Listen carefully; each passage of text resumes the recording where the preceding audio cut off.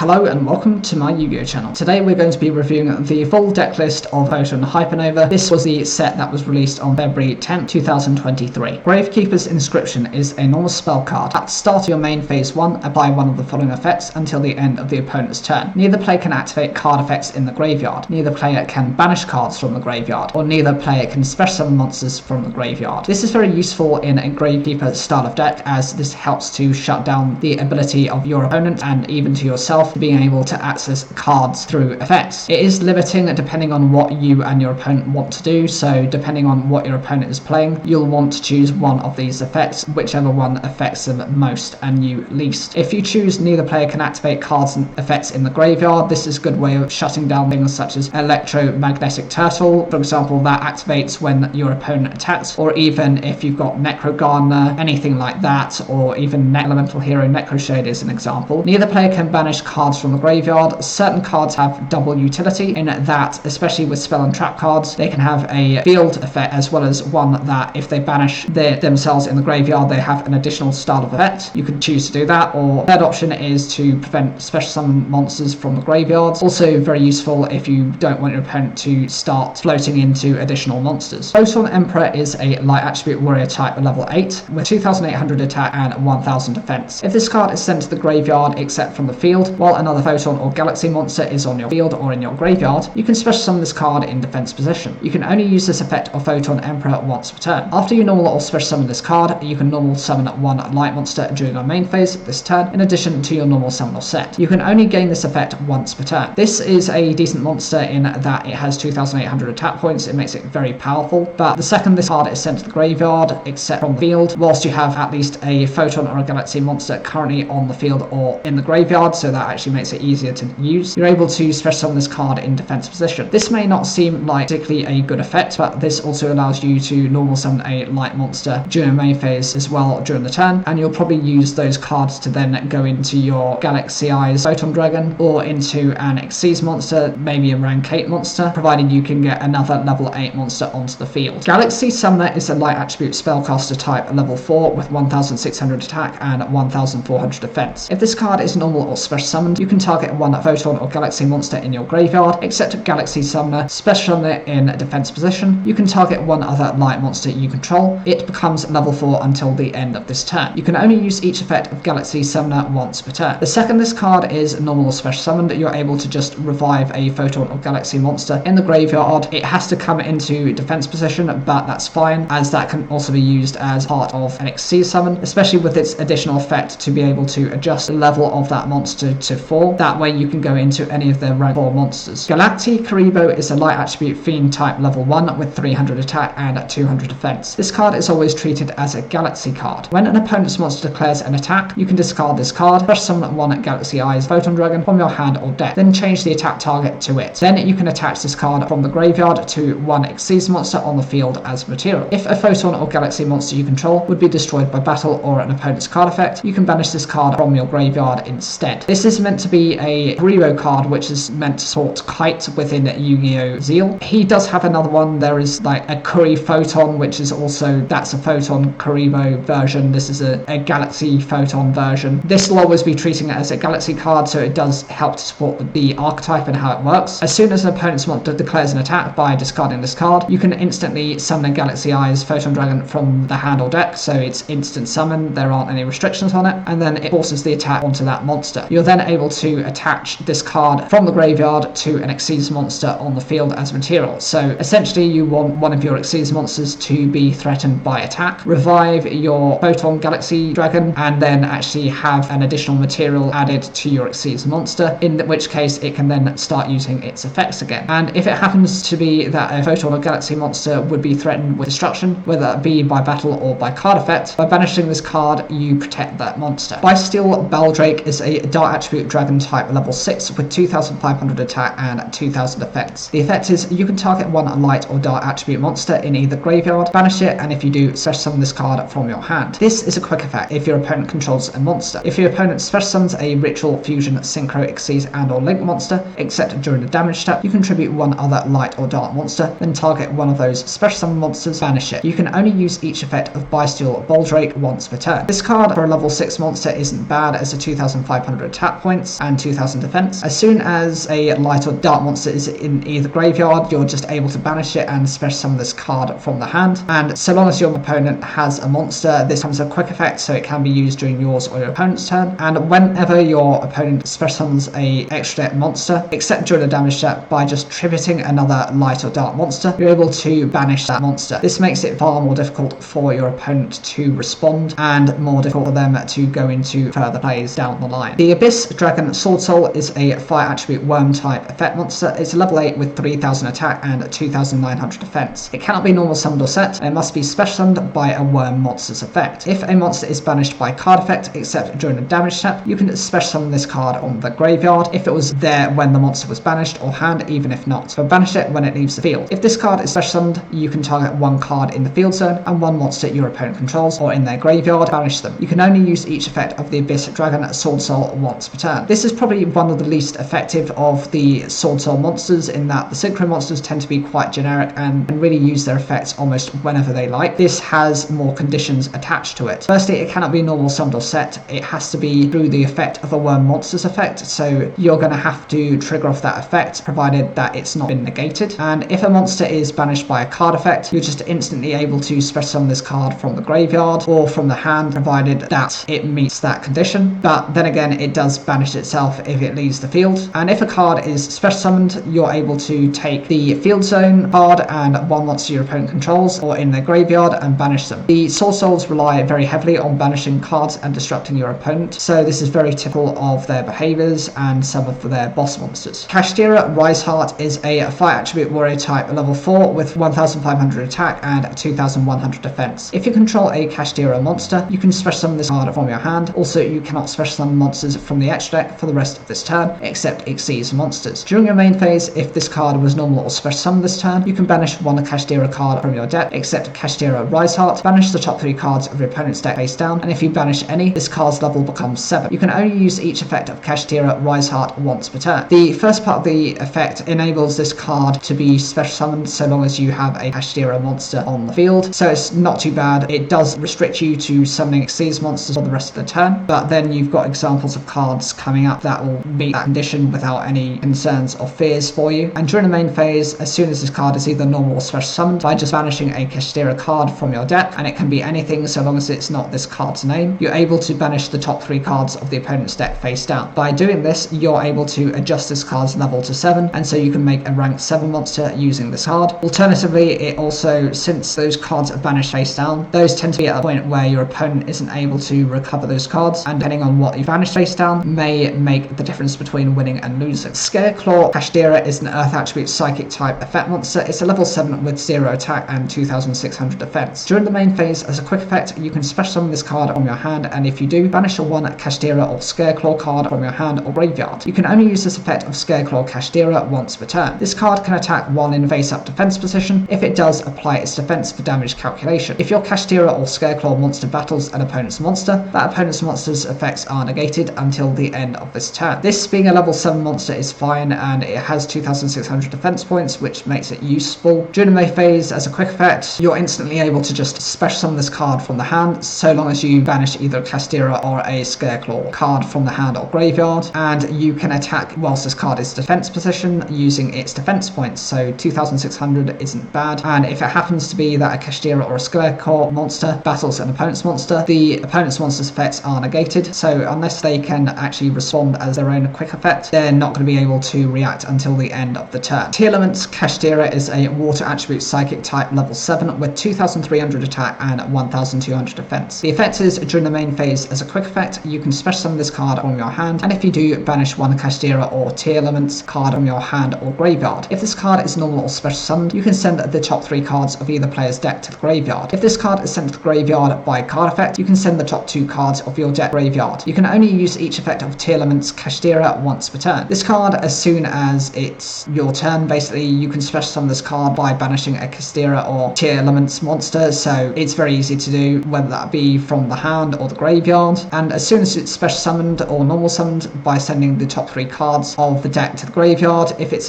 a T-Elements deck, then those cards actually trigger off from the graveyard once they're sent from the deck to the graveyard, so you can actually fusion summon also within that turn. You then get the benefit of then sending an additional additional 2 cards from the top of the deck graveyard. Alternatively, you can target your opponents, so if they have very limited forms of recovery, you can prevent them from getting those cards back. Chaos Witch is a dark attribute spellcaster type at level 4 with 1500 attack and defense. You contribute this card, special summon it to Dark Beast tokens, Fiend Dark level 2 with 1000 attack and 500 defense. If this card is banished from the hand or graveyard, you can special summon it to Light Beast tokens, Fairy Tuner Light level 2 with 500 attack and 1000 defense. You can only use one Chaos Witch's effect per turn and only once a turn. Also, you cannot special summon monsters from the extra deck except light or dark synchro monsters the turn you activate either effect. So this card is actually quite versatile within the deck. Firstly, you can either choose to tribute this card and then you get 2 Dark Beast tokens. These are just non-tuner monsters and they're both level 2s, so if you've got a tuner monster out, you can then go into probably a minimum of a level 5 synchro monster, and if this card is banished from the hand or the graveyard, you're then able to bring out 2 fairy monster tokens, which are the Light Beast tokens. These ones are tuner monsters and they're both level 2, so if you've got multiple non-tuner monsters also on the field, you can actually then go into synchros using those cards. It does come at the limitation of only being able to go into either light or dark synchro monsters the turn you activate these effects, but both effects are useful and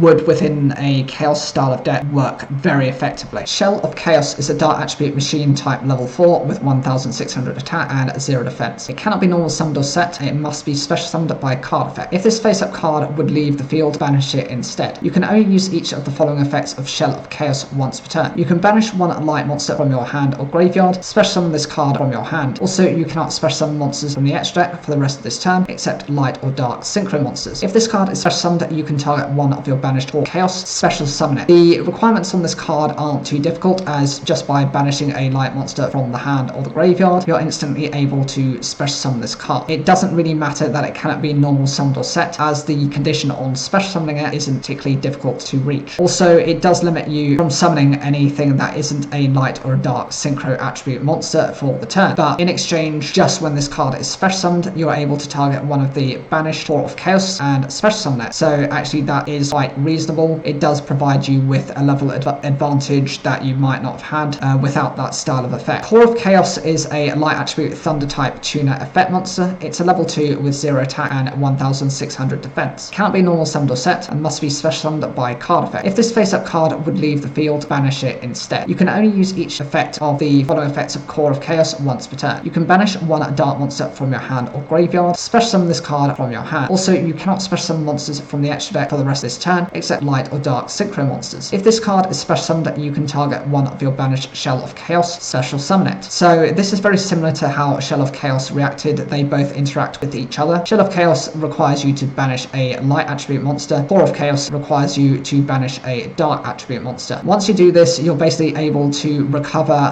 the alternative version. So if you happen to banish the other one, it's a good way of bringing both monsters to the field. This being a tuner means it can instantly go into a synchro monster, provided that you're summoning into either a light attribute or a dark attribute synchro monster. It reminds me a lot of how some of the other decks rely on core or egg based cards. For example, you have with the Blue Eyes White Dragons, you've got the Ancient Stone of Legend and you've got the White Stone of Legend. You have the Red Eyes, the egg for them, you've got the Thunder Dragon core cards, you've got various other cards which very much interact with this design and actually happen to work very effectively for bringing the decks together. Mental Tuner is a light attribute psychic type tuner effect monster. It's a level 3 with 200 attack and 2100 defense. The effect is you can activate one of these effects. Banish up to 1 light and up to 1 dark monster from your hand and a graveyard. Increase or decrease this card's level by the exact number banished until the end of this turn. Or target up to 2 of your banished monsters, 1 light and or 1 dark. Return them to the graveyard, and if you do, increase or decrease this card's level by the exact number returned until the end of this turn. You can only use this effect of Mental Tuner once per turn. This is another one of the tuner monsters that happens to interact well with the chaos decks. The ability of the card is to just banish a light and a dark monster and increase or decrease the card's level by that number. So the benefit of that is it can either become potentially a level 1 monster or a level 5 tuner monster. The alternative version is to take 2 of your banished monsters if you've already used this effect, or you just want to recover the monsters you've already banished, sending them back to the graveyard. You're able to adjust the levels as well. It's useful because this is a way of recovering banished cards without having to run cards such as Miracle Dig or Burial from a Different Dimension, and adds to the consistency of the deck without drawing into bricky cards. Chaos Mirage Dragon is a light attribute worm type tuner effect monster. It's a level 4 with 1600 attack and 600 defense. You can target one banished light or dark attribute monster, special summon it to your field but negate its effects. Also, for the rest of this turn, you cannot special summon monsters from the extra deck except light or dark synchro monsters. If this card is sent to graveyard as synchro material, you can target cards your opponent controls up to the number of other monsters used for the synchro summon, banish them. You can only use each effect of Chaos Mirage Dragon once per turn. The original Mirage Dragon has very similar stylings in terms of how it looks and pretty much everything outside of the fact the original Mirage Dragon isn't a tuner monster and it's actually a dragon monster rather than a worm. It also only has the ability to prevent your opponent from activating trap cards during the battle phase. This is far more useful as an alternative version. This effect enables you to banish a light or dark monster just to special summon. This card allows you to take a banished light or dark monster, special summon it to your field, but they have their effects negated, and it means you are locked into light or dark synchro monsters for the rest of the turn. But if this happens to be used as part of a material for a synchro summon, you're able to target cards your opponent controls up to the number of other monsters used for the synchro summon and banish them. So the more materials you use, the more of your opponent's cards get banished through this effect. It's very useful and it's very disruptive because unless your opponent is running specific cards to recover from the banish zones, you're unlikely to have to face some of those cards that they have no recovery for. Bio Insect Armor is an earth attribute insect type level 5 with 1500 attack and 2000 defense. The effect is if this card is in your hand or graveyard and you do not control Bio Insect Armor, you can target one insect monster you control, equip this card to it, but banish it when it leaves the field. Also banish this equip card when it leaves the field. You can only use this effect of Bio Insect Armor once per turn. The equip monster gains 1500 attack and 2000 defense during the battle phase and main phase 2 only. This is a particularly powerful card for insect type monsters, not only because it provides them with a significant boost. I mean, 1500 attack points is enough to put them in a very offensive place. Even on the defensive side, the additional 2000 defense points can make some of your monsters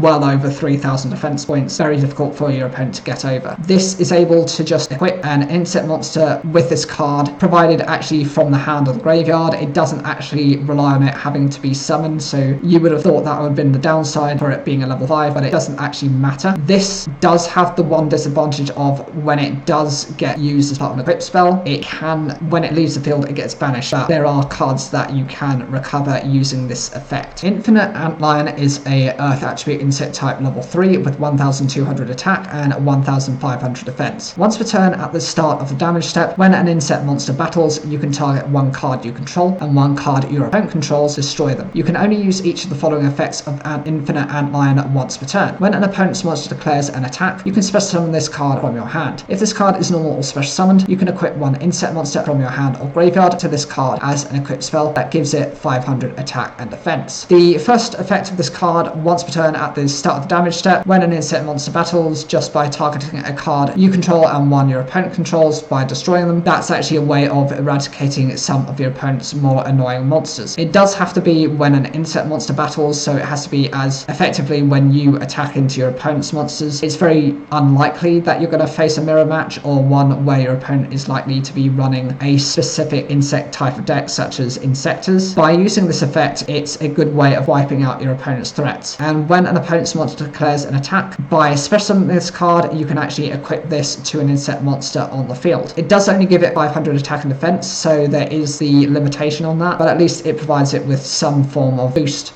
to at least reduce the life point loss you'll suffer. Abyss Actor Liberty Dramatist is a dark attribute fiend type pendulum monster. It's a level 4 with a scale of 8, 1500 attack and defense. The pendulum effect is when a monster declares an attack, you can discard one card. Special summon this card to your opponent's field. You can only use this effect of Abyss Actor Liberty Dramatist once per turn. The monster effect is if this card is special summoned from the pendulum zone, the owner of this card reveals 3 Abyss script spells from their deck. Your opponent randomly picks one for this card's owner to set on their field, but the owner destroys it during the end phase. Also, shuffle the rest into the deck. If this card is destroyed, you can shuffle one Abyss script spell from your graveyard into the deck. You can only use each effect of Abyss Actor Liberty Dramatist once per turn. The pendulum effect on this card is simply when a monster declares an attack. By discarding a card, you're able to basically special summon this to the opponent's field. It might not seem like much, but then again, you've got the monster effect. As soon as this is special summoned from the pendulum zone, you're revealing 3 Abyss script spells from your deck, and your opponent gets to choose one. cooldown that they set to your field. So this can actually be quite useful as it's an instant search, but you do have to use it by the end phase. So it's actually better if you have your monsters attack rather than have your monster attack into, as you're unlikely to be able to use any of those spell cards unless they're quick play spells and there's not so much of a restriction to them. The rest have to be shuffled back into the deck, but if this card happens to be destroyed, you're able to recover one of your Abyss Script spells from the graveyard and shuffle it back into the deck. This is just to add some consistency to the deck, and it's a one-off kind of support card for them. Yugioh the Gravity Ninja is an Earth attribute rock type effect monster, level 8 with 2300 attack and a 2900 defense. If this card is normal or special summoned or flip face up, you can target up to 2 face up monsters on the field, change them to face down defense position, and if you do, any opponent's monsters that were flipped by this effect cannot change their battle positions. If a monster on the field is flipped face up while this monster is face up on the field, except during the damage step, you can target one card your opponent controls, destroy it. You can only use each effect of Yugioh the Gravity Ninja once per turn. The summoning on this card isn't really that easy to do because it is a level 8, so I know there's a couple of trap cards which can actually substitute to bring out these cards more easily, and you'd have to be relying on those.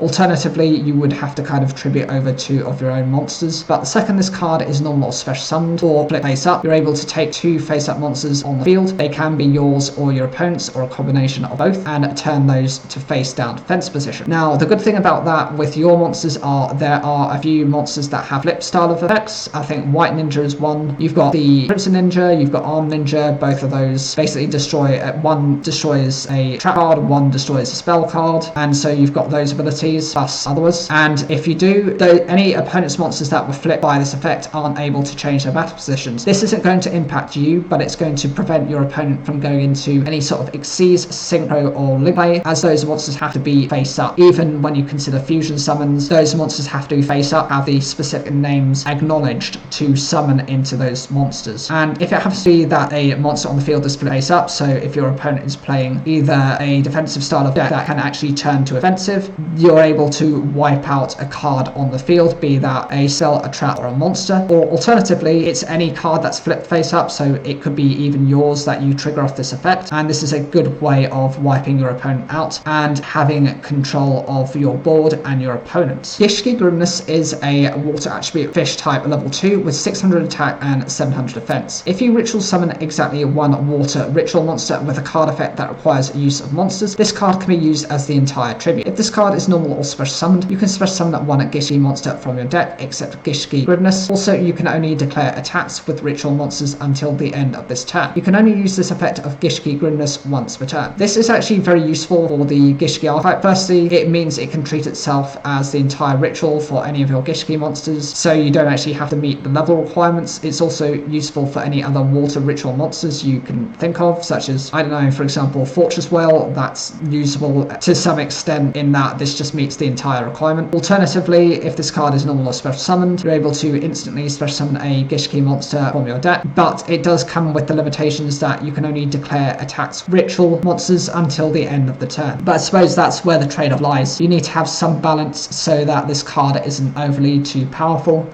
but considering it can really be used in any water ritual deck, even for things like, I think Necros have a couple of water attribute monsters that could actually work well with this card. Vassal Trice, Familiar of the Evil Eye, is a dark attribute fiend type level 3 with 1000 attack and 2000 defense. Its effect is if you control an Evil Eye monster and this card is in your hand or graveyard, as a quick effect, you can special summon this card but banish it when it leaves the field. During your opponent's turn, you can, as a quick effect, immediately after this effect resolves, link summon one Evil Eye Link monster using monsters you control as material. When you do, you can also use Evil Eye equip spells you control as Evil Eye monsters. You can only use each effect of Vassal Trice, Familiar of the Evil Eye once per turn. So as soon as this card is basically on the field, it can instantly be special summoned so long as you've got an Evil Eye monster already there, but it does come at the downside that if it leaves the field, it does get banished. However, during your opponent's turn, as a quick effect, so you can actually activate this during your opponent's, you're able to link summon an Evil Eye Link monster using the monsters you have, but you you're also able to use the Evil Eye equip spells and treat those as Evil Eye monsters. It makes it far easier to go into the Link monster, which actually helps to massively support and speed up the way the deck likes to work. Valor, Cedar of the Generator bosses, is a fire attribute fairy type level 9 with 2500 attack and defense. You can only control one Valor, Cedar of the Generator bosses. You can only use each of the following effects of Valor, Cedar of the Generator bosses once per turn. If this card is in your hand or graveyard,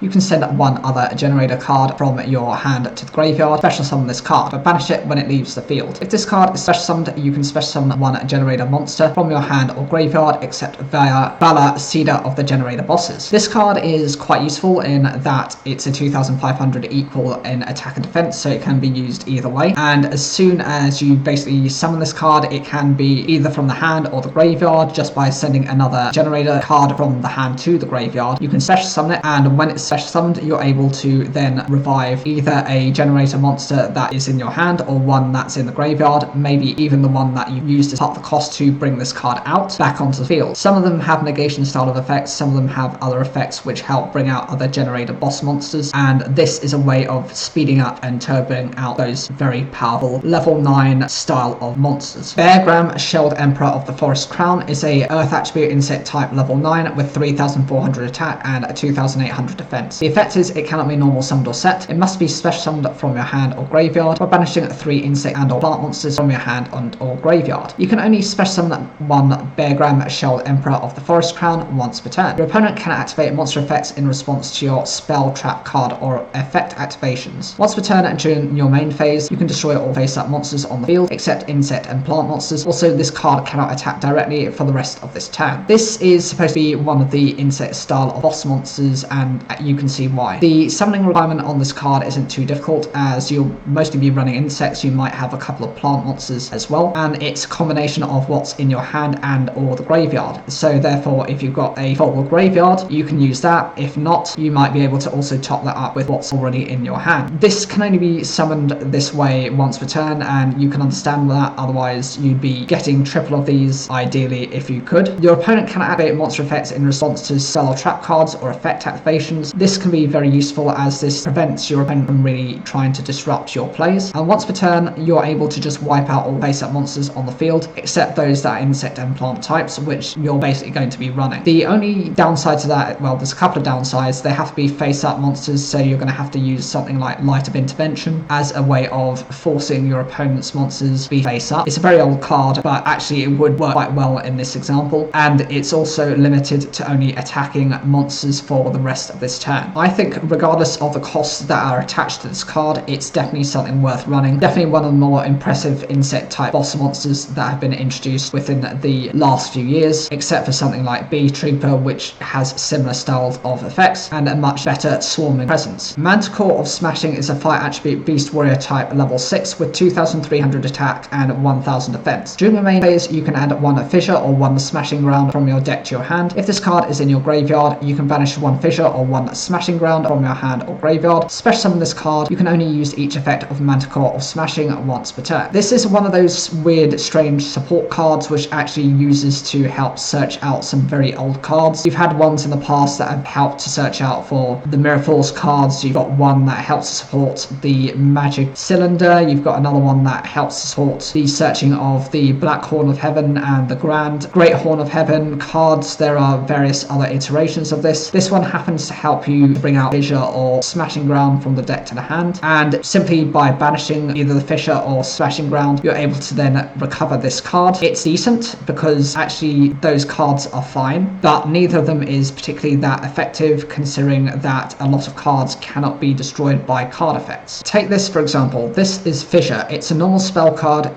with the effect destroy the one face-up monster your opponent controls that has the lowest attack, your choice if tied. Why would you really be wanting to go for your opponent's lowest attack monster unless it has some level of disruption which is really affecting your game state? And here is the second and better option, Smashing Ground. Destroy the one face-up monster your opponent controls that has the highest defense, your choice if tied. This, unlike the other one, is based on the highest stat, but it's the highest defense, so your opponent might have a weak attack monster, but it has a much stronger defense points, whereas they might have also a very high attack monster that has very low defense points, in which case you might not be getting rid of the intended target as effectively. It also has to be a face-up monster, which is another weakness to it. The original Manticore card is called Manticore of Darkness. This is what the new card is based off of, and that's a fire attribute Beast Warrior level 6 with 2300 attack and 1000 defense. Same exact stat line, attribute and typing, as well as its level, but its effect is completely different. During the end phase, if this card is in the graveyard because it was sent there this turn, you can send one Beast Warrior or Winged Beast monster from your hand or face-up field to the graveyard to special summon this card from your graveyard. So the difference is that's able to revive itself by banishing a fissure or a smashing ground. This can revive itself by sending a Beast Warrior or Winged Beast from the hand or face-up from the field to the graveyard. So it has some form of recovery, it just doesn't have anything more to it than this. Yugioh of the Trillion Hands is a light attribute fairy type level 6 with 1400 attack and 1000 defense. The effect is if this card is summoned, you can add one ritual monster and one ritual spell from your deck to your hand. You can only use this effect of Yugioh of the Trillion Hands once per turn. This card is actually a combination of two other cards. You've got Manju of the Thousand Hands, and there's another card which is Senju as well. Both of those have the ability to search for, one searches for specific monsters which are ritual monsters, the other one that can search for either ritual monsters or ritual spells, but neither bring both to the hand, so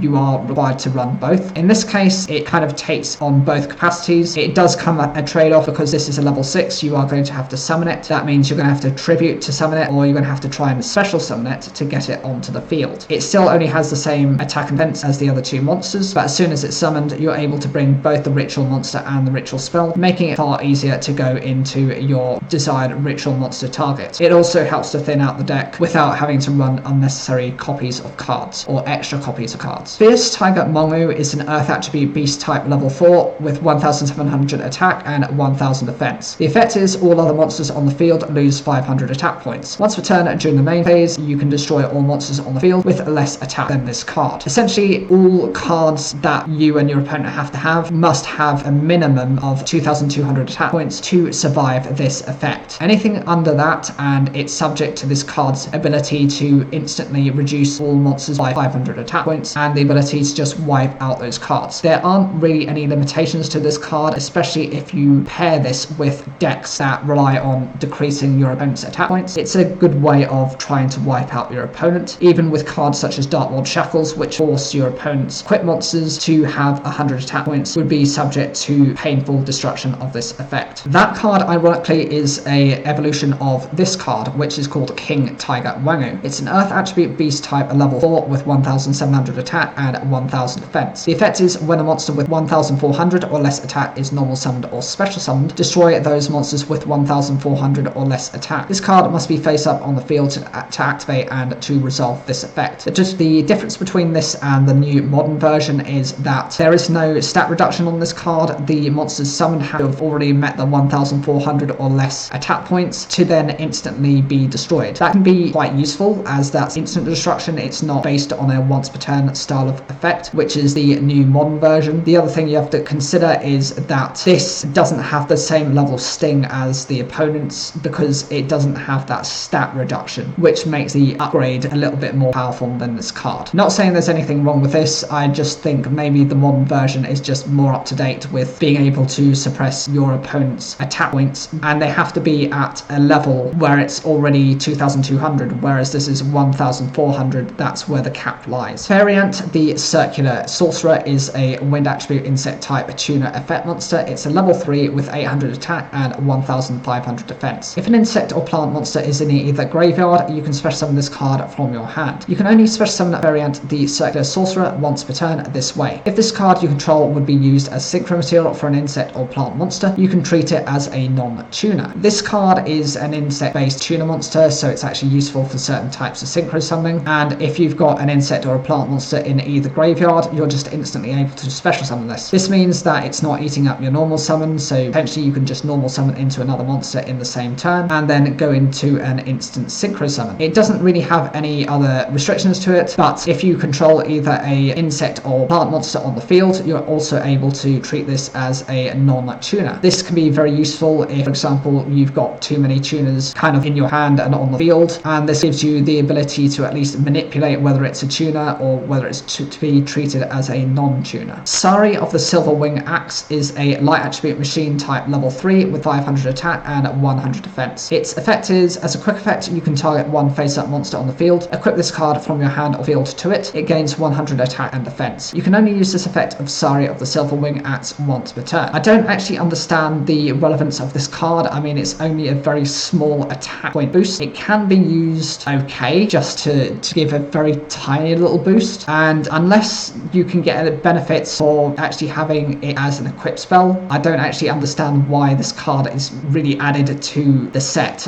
other than popular. If you guys know how this card works or how you'd interact with this card, I'd love for you to put those in the comments down below. Couple of Aces is an Earth attribute fairy type level 2 with 100 attack and defense. If this card is in your hand, you can toss a coin, and if the result is heads, special summon this card to your field. Or if the result is tails, special summon this card to your opponent's field. You can only use this effect Couple of Aces once per turn. If this card is special summoned by its effect, draw 2 cards. Effectively, this determines whether you draw 2 cards or your opponent draws 2 cards. If it lands heads, then it comes to your field and therefore you draw 2 cards. If tails, it goes to your opponent's field and they get the benefit of those 2+ cards. It's not really too much of a disadvantage. I don't think it's too different to something like Cup of Ace, as there isn't any other requirements or cost to it, and it has the same kind of effect. The only difference is if this does go to your opponent's side of the field, they might use this as part of a link summon for one of their monsters, or it can actually be used within sprites, as this is a level 2 monster, so that can actually also be a nightmare situation. Other than that, it's really got no restrictions to it. I'd say it's still better than something like Cardi, which when it's normal summoned, it can only allow itself to draw 2 cards at the end phase of the turn by sending it to the graveyard, at which point you're kind of not being able to do what you need to. Dimensional Allotrope Varus is a light attribute psychic type tuner effect monster. It's level 1 with 0 attack and defense. It cannot be destroyed by battle with a monster with the same type or attribute as this card. You can declare 1 monster type and 1 attribute. This card becomes that type and attribute until the end of your opponent's turn. You can only use this effect of Dimensional Allotrope Varus once per turn. The purpose of this card is, since it's a tuner monster, you do want to have the ability to protect itself, and this seems to be able to do so, but within very specific situations. I mean, you kind of have to predict and hope that your opponent is running a mono type and mono attribute style of deck in order to keep this card on the field. Alternatively, you're going to have to try and lock your opponent out of using their extra deck, as those will by guarantee, even if they are using a mono attribute and typing deck, they won't be doing the same for their extra deck. They'll definitely be using variations on cards, and definitely I think this is usable just to keep it alive, at least until the end of the next turn, so you can use it as part of a synchronism. Meteor Rush Monocroid is an Earth attribute machine type level 10 with 0 attack and defense. During the battle phase, if 5 or more attacks have been declared this turn, as a quick effect, you can special summon this card from your hand. You can only use this effect of Meteor Rush Monocroid once per turn. If this card battles, it gains 1000 attack for each attack declared this turn during the damage step only. This can be quite useful in certain situations where, you know, you're against the wall and your opponent is really trying to attack multiple times within a turn. Bear in mind, this has to be 5 or more attacks, so it doesn't have to be monsters that have had different attacks, so it doesn't have to be a set of 5 or 6 monsters your opponent has. There could be monsters that have attacked multiple times within the turn. For example, you've got Ultimate Tyranno, which has the ability to attack each of your opponent's monsters once in a turn, so you can use that, and effectively that would actually also meet criteria. In doing this, this is able to special summon itself, and it gains when it battles, so it's when it battles or when it's basically attacked into, it gains 1000 attack for each card, for each attack declared in the turn. Potentially it's likely to be maybe 3 or so thousand. It could potentially also be upwards of 5000 if your opponent is really going hard into these attacks. The other thing I'd have to say about it is it doesn't really have a limitation to it. Although it says that if 5 or more attacks have occurred within the turn, as a quick effect you're able to special summon it, it doesn't have a requirement that needs it to be special summoned. With 0 attack and defense, you can have it be summoned through the effect of a giant rat that's been destroyed in battle just to bring this card out. Yes, it's not going to have the same impact to your opponent if they've already attacked with maybe say one other monster, as this will become, you know, a 2000 attack monster upon the second attack, but there isn't really any other limitation. And it being a level 10, it can be useful for the rank 10 trains, as it's both an earth attribute and a machine type which supports that style of deck. Sneaky Sea is an earth attribute insect type level 7 with 1300 attack and 2500 defense. When your opponent special summons a monster except during a damage step, step, you can special summon this card from your hand in face down defense position. And if you do during the end phase of this turn, change it to face up defense position. You can only use this effect of Sneaky C once per turn. If this card is flipped face up during the end phase, destroy all special summoned monsters on the field. This is one of a series of different cards, including Max C. There's a couple of these other C cards which help to kind of negate a lot of what your opponent's trying to do. Of course, your opponent can still continuously special summon monsters throughout the turn, as many as they wish. Just simply this card goes to the field face down, so your opponent cannot actually use this as part of the summonings of an Xyz, a Link, a Fusion, Synchro, whichever you want to see it. And in doing so, they know that at the end phase, this card gets flipped face up automatic, and at the end phase just wipes out all of their special summoned monsters on the field. Of course, this can also affect yours because it's just all special summon monsters, but in this situation, if your opponent's really going in all reality, it's likely that all of their cards would be destroyed mostly rather than your own. It does also require for you to kind of stay around within the duel. I mean, your opponent cannot finish you off within the turn, otherwise that's it for you. You can't really come back from that. So you are going to have to pair some cards to at least restrict your opponent's attacks until this card has the opportunity to use its effect. Dogmatica Albazoa is a light attribute spellcaster ritual effect monster. It's a level 12 with 4000 attack and defense. It cannot be ritual summoned except by Dogmatica, Dogmatalamity, or another Dogmatica card effect. Dogmata monsters you control are unaffected by the activated effects of your opponent's Fusion, Synchro, Xyz, and Link monsters. During your main phase, you can make your opponent choose and apply one of these effects. You in these effects means your opponent. For every 2 cards in your extra deck, send 1 card from your hand or extra deck to the graveyard, or return all Fusion, Synchro, Xyz, and Link monsters you control to the extra deck. You can only use this effect of Dogmatica Albazoa once per turn. This is a particularly powerful ritual monster and one of the most powerful ones that I can think of living in memory. It being a level 12, I can't think of any other examples of ritual monsters that have reached that level. It's got 4000 attack and defense, so it is a beastly type of monster and quite difficult to summon, and it has to be summoned either through very specific effects of that Dogmatic Calamity or through a Dogmatica card effect. It does protect your Dogmatica monsters from activated effects of your opponent's extra deck monsters, so that's actually quite useful against things such as Baron de Fleur, against Sword Soul monsters, any of those, even Fusion monsters, Elemental Heroes, for example, Destiny Heroes, or even Starving Venom Fusion Dragon. And during the main phase, you force the opponent to activate one of these effects, and it actually affects them badly rather than yourself. So for every 2 cards in the extra deck, you send a card from the hand or extra deck to the graveyard. So actually, potentially, if your opponent has a set of 15, that's them having to lose 7 cards in total. Or the other effect is to return all of the extra deck monsters back to the extra deck. This can be just as devastating because they've put all the resources and the time into summoning those cards, and they really can't get rid of this card unless they have they're having to rely on spell and trap cards to get rid of this, or to negate this card's effect first using a trap card or a spell card, and then be able to destroy this with some type of monster effect. Definitely something to be fearful of, and the Dogmaticas are a very well supported anti-extra deck strategy, so if they get any more support, it's going to be a very devastating day. It's going to be carnage for extra deck monsters. Efigishki Nememanus is a water attribute spellcaster type ritual effect monster. It's a level 10 with 3000 attack and 1800 defense. The effect is you can ritual summon this card with any Gishki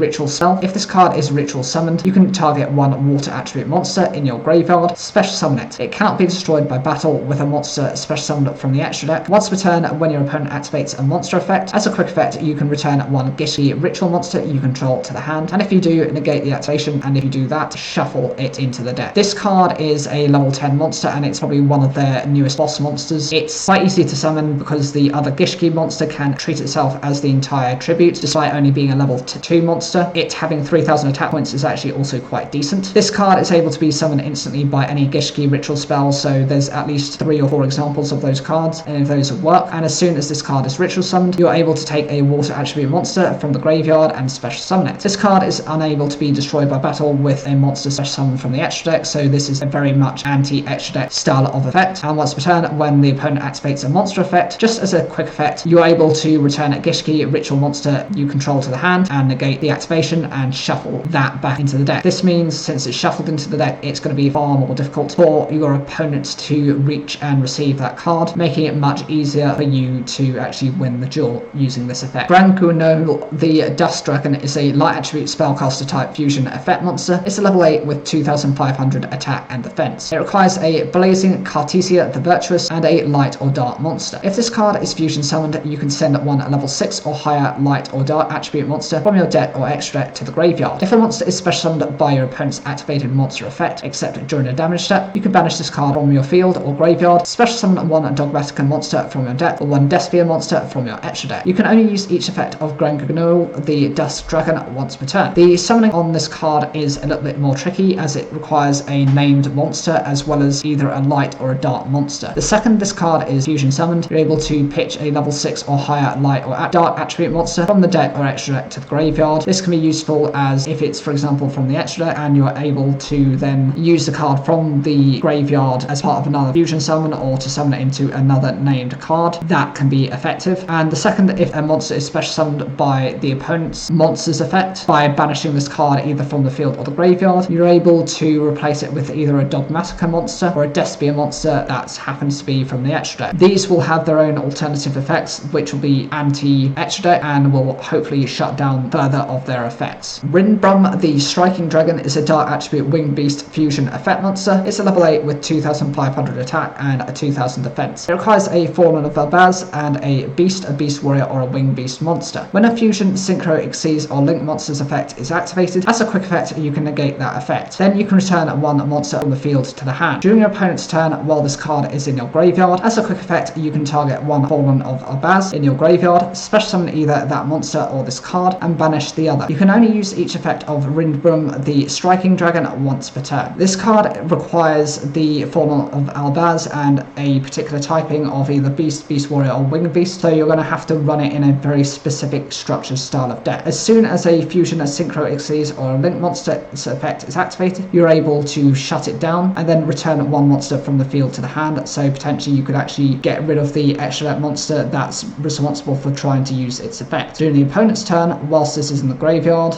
you're able to take a Fallen of Elbaz in the graveyard and either special summon it or discard and banish the alternative, which is a good way of reoccurring the effect, as you'll constantly be able to recycle those monsters. My only downside of this card is it's quite specific, and it means that you are going to have to run very set cards in order to make this card work. Ultimate Great Insect is an Earth attribute insect type fusion effect monster, level 9 with 3000 attack and 2600 defense. It requires a level 8 insect monster and a level 7 insect monster. You can only special summon Ultimate Great Insect once per turn. It must be either fusion summoned or special summoned from your extra deck by attributing one insect monster with 2000 or more defense equipped with a equip card. It cannot be destroyed by battle. Once per turn and during the battle phase, if a face-up card is in a field zone, as a quick effect, you can destroy all monsters your opponent controls. So this has two different ways of being summoned. Either you have to summon it by fusing a level 8 insect monster with a level 7 insect monster, which is very specific, or you need to be fusion summoning it by attributing an insect monster with 2000 more defense that's also been equipped with an equipped spell. This is meant to link to the Cocoon of Evolution, as that's a 2000 defense point monster, and just by equipping something to it, you're able to instantly bring this card out. The main effect on it is that it cannot be destroyed by battle. It's not really that relevant. I mean, most players tend to use effect destruction to get rid of your threats nowadays, but you know, sometimes this actual effect comes up for whatever reason. The other ability, if you happen to have a face-up field zone card, basically a field spell, you're able to just wipe out all your opponent's monsters that they control. That's fine, as since this is a quick effect, it can be used during yours or your opponent's turn, but it has to be during the battle phase. So your opponent's going to try and negate this or get rid of this card before they actually hit the battle phase. It's more likely you're going to have to do it on your battle phase to at least wipe your opponent's cards out and then go in to defeat the opponent. Yaguramaru, the Armor Ninja, is a dark attribute machine type fusion effect monster. It's a level 5 with 2000 attack and defense. It requires 2 ninja monsters with different types. It must be either fusion summoned or special summoned from your extra deck by attributing the above cards. If this card is special summoned or flip face up, you can banish one other ninja or ninjutsu art card from your hand, graveyard, or face up field, then target one card on the field, banish it. You can only use this effect of Yagaramu, the Armor Ninja, once per turn. It's a very simplistic effect in that it just banishes a card on on the field, so it's actually quite useful as it's more difficult to recover cards that have been banished, but it does require you to banish one of your ninja and ninjutsu arts from the hand, the graveyard, or face up on the field to trigger off this effect. The summoning conditions on this card aren't difficult because so long as you've got two ninjas with different types, it's fine, but most ninjas tend to be warrior types, so you're going to have to run some of the alternatives just to bring this card out. And for a level 5 with 2000 attack and defense, I'm not sure whether there's enough worthwhile to invest in this card's effect. Arctos, the 12th Chronochasm Valance, is a Earth attribute fairy type fusion pendulum effect monster. It's a level 12 with a pendulum scale of 12 and 3000 attack and defense. Its pendulum effect is you can activate these effects. Special summon this card to your main monster zone in its same column, or move one monster in your main monster zone to an adjacent horizontal monster zone. You can only use this effect of Arctos 12 Chronochasm Valance once per turn. The monster effect is it requires 2 level 5 or higher Valance monsters to summon it. It must first be special summoned from your face down extra deck by attributing the above cards. As a quick effect, you can switch the locations of 2 monsters in your main monster zones or 2 monsters in your opponent's main monster zones. If a card in the monster zone moves to another monster zone except during a damage step, you can destroy one card on the field. You can only use each effect of Arctos, the 12th Chronochasm Valance, once per turn. Well, that's a mouthful. That's several times I've had to say that card. Anyway, it's a level 12 monster, so that's supposed to be the highest end, you know, the biggest, strongest types of monsters out there. The scale being pendulum scale 12, I don't see too many cards of that variety, so you are able to essentially scale up to special summoning level 11 monsters by having this card out. The pendulum effect, you can either special summon this card to a main monster zone in its same column, so you know you've got the furthest left or the furthest right zones, you have to basically special summon it into one of those, or you can move one monster in your main monster zone to an adjacent horizontal monster zone, so you're looking at either basically going to the left or the immediate right of that zone. The summon condition on this card isn't too bad as it just requires 2 level 5 or higher Valance monsters, and that's just summoned by attributing the above cards you have on the field. It doesn't require polymerization. You're able to switch the locations of 2 monsters in the main monster zones. The purpose of doing this is to disrupt your opponent, as the Valance like to kind of play a bit of chessboard.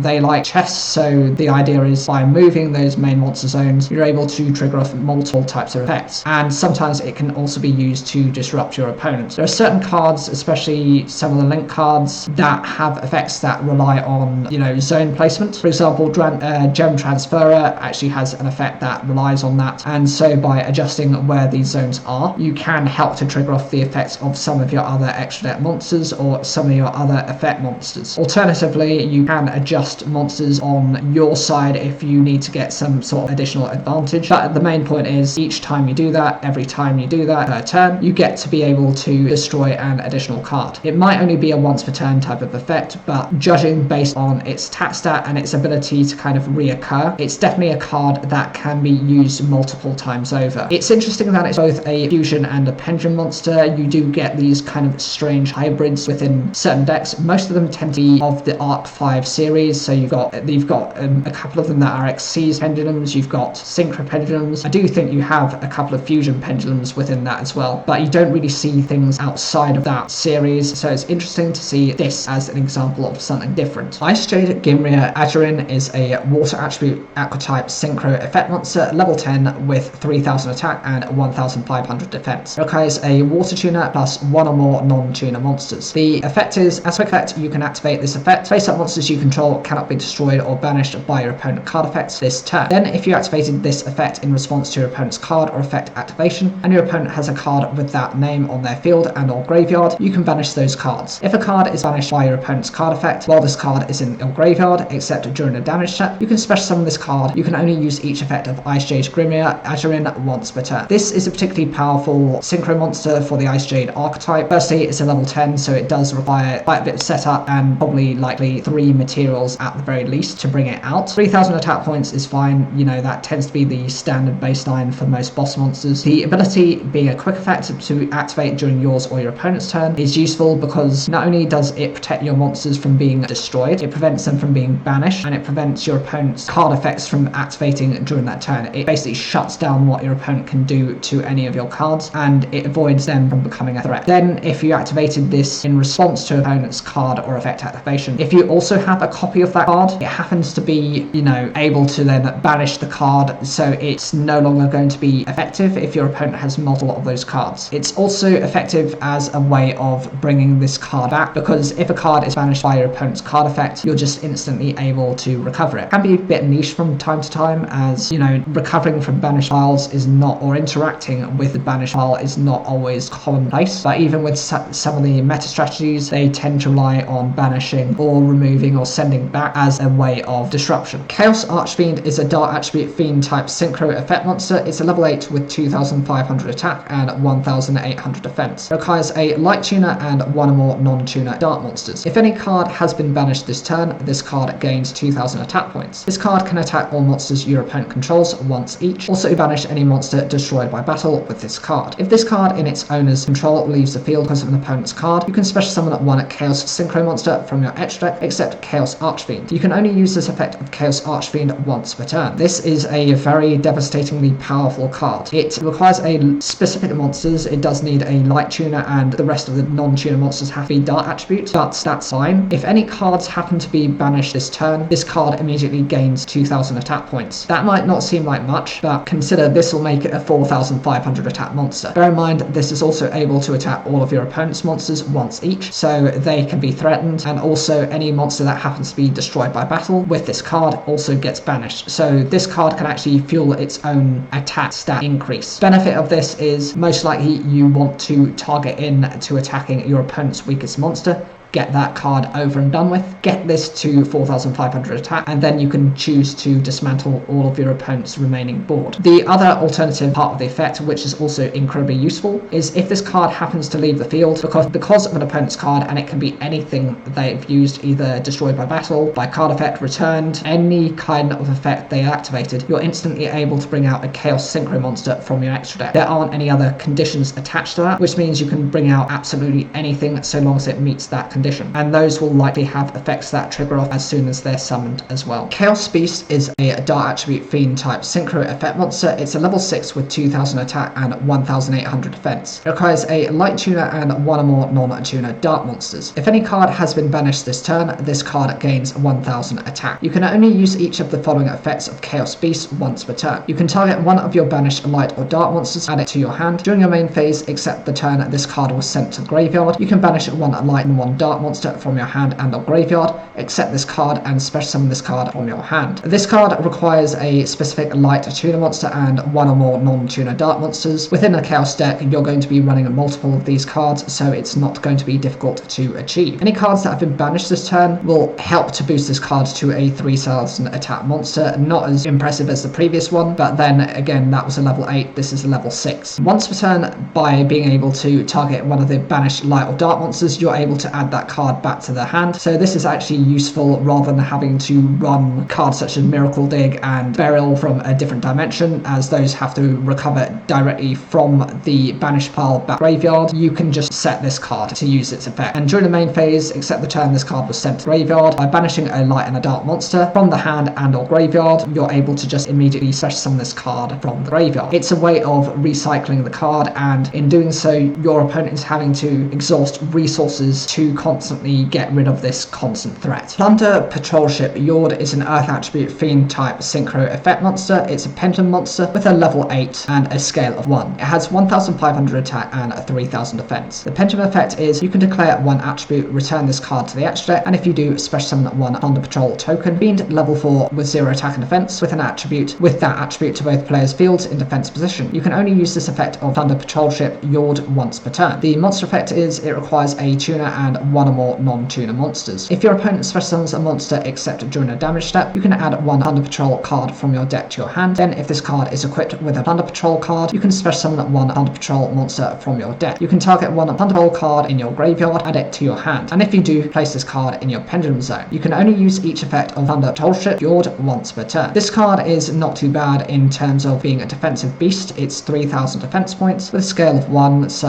actually it helps to bring out some of your higher level pendulum monsters monsters, well, the higher level monsters, as the skill is very low. Its level itself is a level 8, so it is a bit more tricky to actually bring this out normally. The pendulum effect just lets you declare an attribute, return this back to the extra deck, and you're able to just generate a token for you and your opponent of the same attribute. Useful if you need to go into a specific type of monster and it needs that specific attribute. The monster effect, in terms of its summoning, is not bad. It just needs generic cards. If your opponent special summons a monster, you're able to just add a Plunder Patrol card from the deck to the hand. Then if this card is equipped with a Plunder Patrol card, you're able to then follow up with a special summon of a Plunder Patrol monster from your deck. So this adds to the advantage you've got. And then you can target one Plunder Patrol card in your graveyard and add that back to your hand, and then place that in your pendulum zone. So the more interactions your opponent does, the more they do, the more special summoning they do, the more you get to interact, as you're able to use the effects of this card to your advantage. Circle of the Fairies is a wind attribute plant type synchro monster. It's a level 7 with 2200 attack and a 2500 defense. It requires a tuner plus one or more non-tuner monsters. During your main phase, you can normal summon one insect or plant monster in addition to your normal summon or set. You can only gain this effect once per turn. When a monster is destroyed by battle involving your insect or plant monster and sent to the graveyard, you can target one of those destroyed monsters, inflict damage to your opponent equal to half its attack, then gain life points equal to the damage inflicted to your opponent. You can only use this effect of Circle of the Fairies once per turn. This card is very decent for insect and plant type decks because they're able to boost your life points as well as inflicting the other half to the opponent. It might seem a bit kind of strange, why not just do full of one or the other, but it does provide you with a balanced effect. This also provides you with the additional normal summon of an insect or plant monster each turn, so you can continue the field advantage with your monsters. It also means that you could potentially go into other synchro monsters, Xyz or extra deck monsters without having to run very generic cards. Number C62 Neo Galaxy Eyes Prime Photon Dragon is a light attribute dragon type Xyz monster. Level, it's a rank 8 with 4000 attack and 3000 defense, and it requires 3 level 8 light monsters. You can also Xyz summon this card by using number 62 Galaxy Eyes Prime Photon Dragon you control. Transfer its materials to this card. At the start of your battle phase, you can detach one material from this card. This card can make up to 3 attacks on monsters during this battle phase. If this card has Galaxy Eyes Photon Dragon as material, it gains these effects. It's unaffected by your opponent's monster effects, and it gains attack equal to the combined levels and ranks of its attached materials times 100. This is the Chaos form of number 62, which is a card that Kite used near the end of Yu-Gi-Oh! Zexal, so it is actually relevant. It's justification for why you've got an alternative version of a boss monster for him. It does require 3 level 8 light monsters, which isn't too difficult, as the Galaxy Eyes Photon Dragons all counters with that, as well as quite a few of his own Galaxy and Photon monsters. There are plenty of those, such as Photon Caesar, which are also level 8 light attributes. This could also be attached by just taking your number 62 and just transferring the materials over this card. In doing this, you're able to provide it with an additional advantage if you happen to have the Galaxy Eyes Photon Dragon as part of its materials. Firstly, being unaffected by your opponent's monster effects is huge. A lot of interactions by your opponent will be through monster effects rather than through spell and trap destruction style of effects. The other ability provides it with 100 attack points times the levels of and ranks of the monsters attached. So if you've got it through the attachment of 3 level 8 monsters, then this gets an extra 2400 attack points, making it a 6400 attack monster. Not bad considering it's a rank 8. It also has the opportunity to detach a material to be able to attack 3 monsters on the field during the battle phase. This could be useful in situations where your opponent has created a massive board and you want to stop them from progressing with their turns and their plays. Galaxy Photon Dragon is a light attribute dragon type Xyz monster. It's a rank 4 with 2000 attack and 0 defense. It requires 2 level 4 monsters to summon, and other light monsters you control gain 500 attack. You can only use each of the following effects of Galaxy Photon Dragon once per turn. You can detach one material from this card, either add one Photon or Galaxy card from your deck to your hand, or send it graveyard. If a light attribute monster is special summoned to your field, except during a damage step, you can target one of those monsters. Its level becomes 4 or 8 until the end of this turn. The summon condition on this card isn't too difficult, as it just requires 2 level 4 monsters. It's very generic, and it also provides your light attribute monsters with a bonus 500 attack points. Bear in mind, if you have multiple on these fields, that's a good way of boosting those cards up. By using the effects of this card and detaching a material, you're either able to take a Photon or Galaxy monster, and bear in mind it can be a card, so it's either a spell, a trap, or a monster, from the deck to the hand, or you can send it to the graveyard. Especially useful if it's got a graveyard based effect. And if a light monster is special summoned to your field, you're able to adjust the levels of those monsters, one of those monsters, and make it either a 4 or an 8, which means it can be used as part of an Exceed summon into one of their rank 4s or rank 8 monsters. Gigantic Champion Sargus is a 5 attribute machine type Exceed monster. It's a rank 8 with 2800 attack and 1500 defense. It requires 2 level 8 monsters to summon it, and once per turn you can also Exceed summon Gigantic Champion Sargus by using one Spriggan's Exceed monster you control. Transfer its materials to this card. While this card has material, you can add one Spriggan's or Therin card from your deck to your hand. If material is detached from a card from a monster on the field, except during a damage step, you can target one card on the field, either destroy it or return it to the hand. You can only use each effect of Gigantic Champion Sargus once per turn. The summoning on this card isn't too difficult, it just requires 2 level 8 monsters, or you can use a Spriggan's Exceed monster that you already have, and you're just taking those materials and adding those to this. In doing so, whilst this has a material, you're just able to add a Spriggan's or a Therin card from the deck to the hand, so that's adding to the consistency on the deck. And if any materials are detached from a monster on the field, so this could be either this card or one of the Exceed monsters you've got, you have the choice of either destroying a card on the field or returning it to the hand. Depending on the situation, some can actually be better to be returned to the hand if they've got effects that either float or ones which actually protect it from being destroyed. Alternatively, if it's better to destroy the card just to get rid of it, you also are given that opportunity. Kashtira Arise Heart is a Dark Attribute Machine type Exceed monster, rank 7 with 3000 attack and defense. It requires 3 level 7 monsters. Once per turn, you can also Exceed summon Kashtira Arise Heart by using one Kashtira monster you control. If an effect of Kashtira Shangri-La was successfully activated this turn, transfer its materials to this card. Any card sent to the graveyard is banished instead. Once per chain, each time a card is banished, attach one banished card to this card as material. Once per turn, as a quick effect, you can detach 3 materials from this card, then target one card on the field, banish it face down. This is a particularly nasty card if you have to face up against, because firstly, the summoning condition on it isn't too difficult, 3 level 7 monsters. There are plenty of cards that can actually treat themselves as level 7s or even just summon themselves as level 7s, such as Yugioh the Dragon, the dual mode beast, as that can just half its attack points. I think there's another one which is like a 100-foot insect, which is also a level 7 that can justify it as this. Alternatively, you can actually also Exceed summon this card by just using the effect of the Kashtira Shangri-La, so that's actually easy to meet its condition, and just attach those materials to this card. This also means that any card that's sent to the graveyard is banished instead. So if you consider this to be a macrocosmos, this is a walking macrocosmos in a monster form, which means that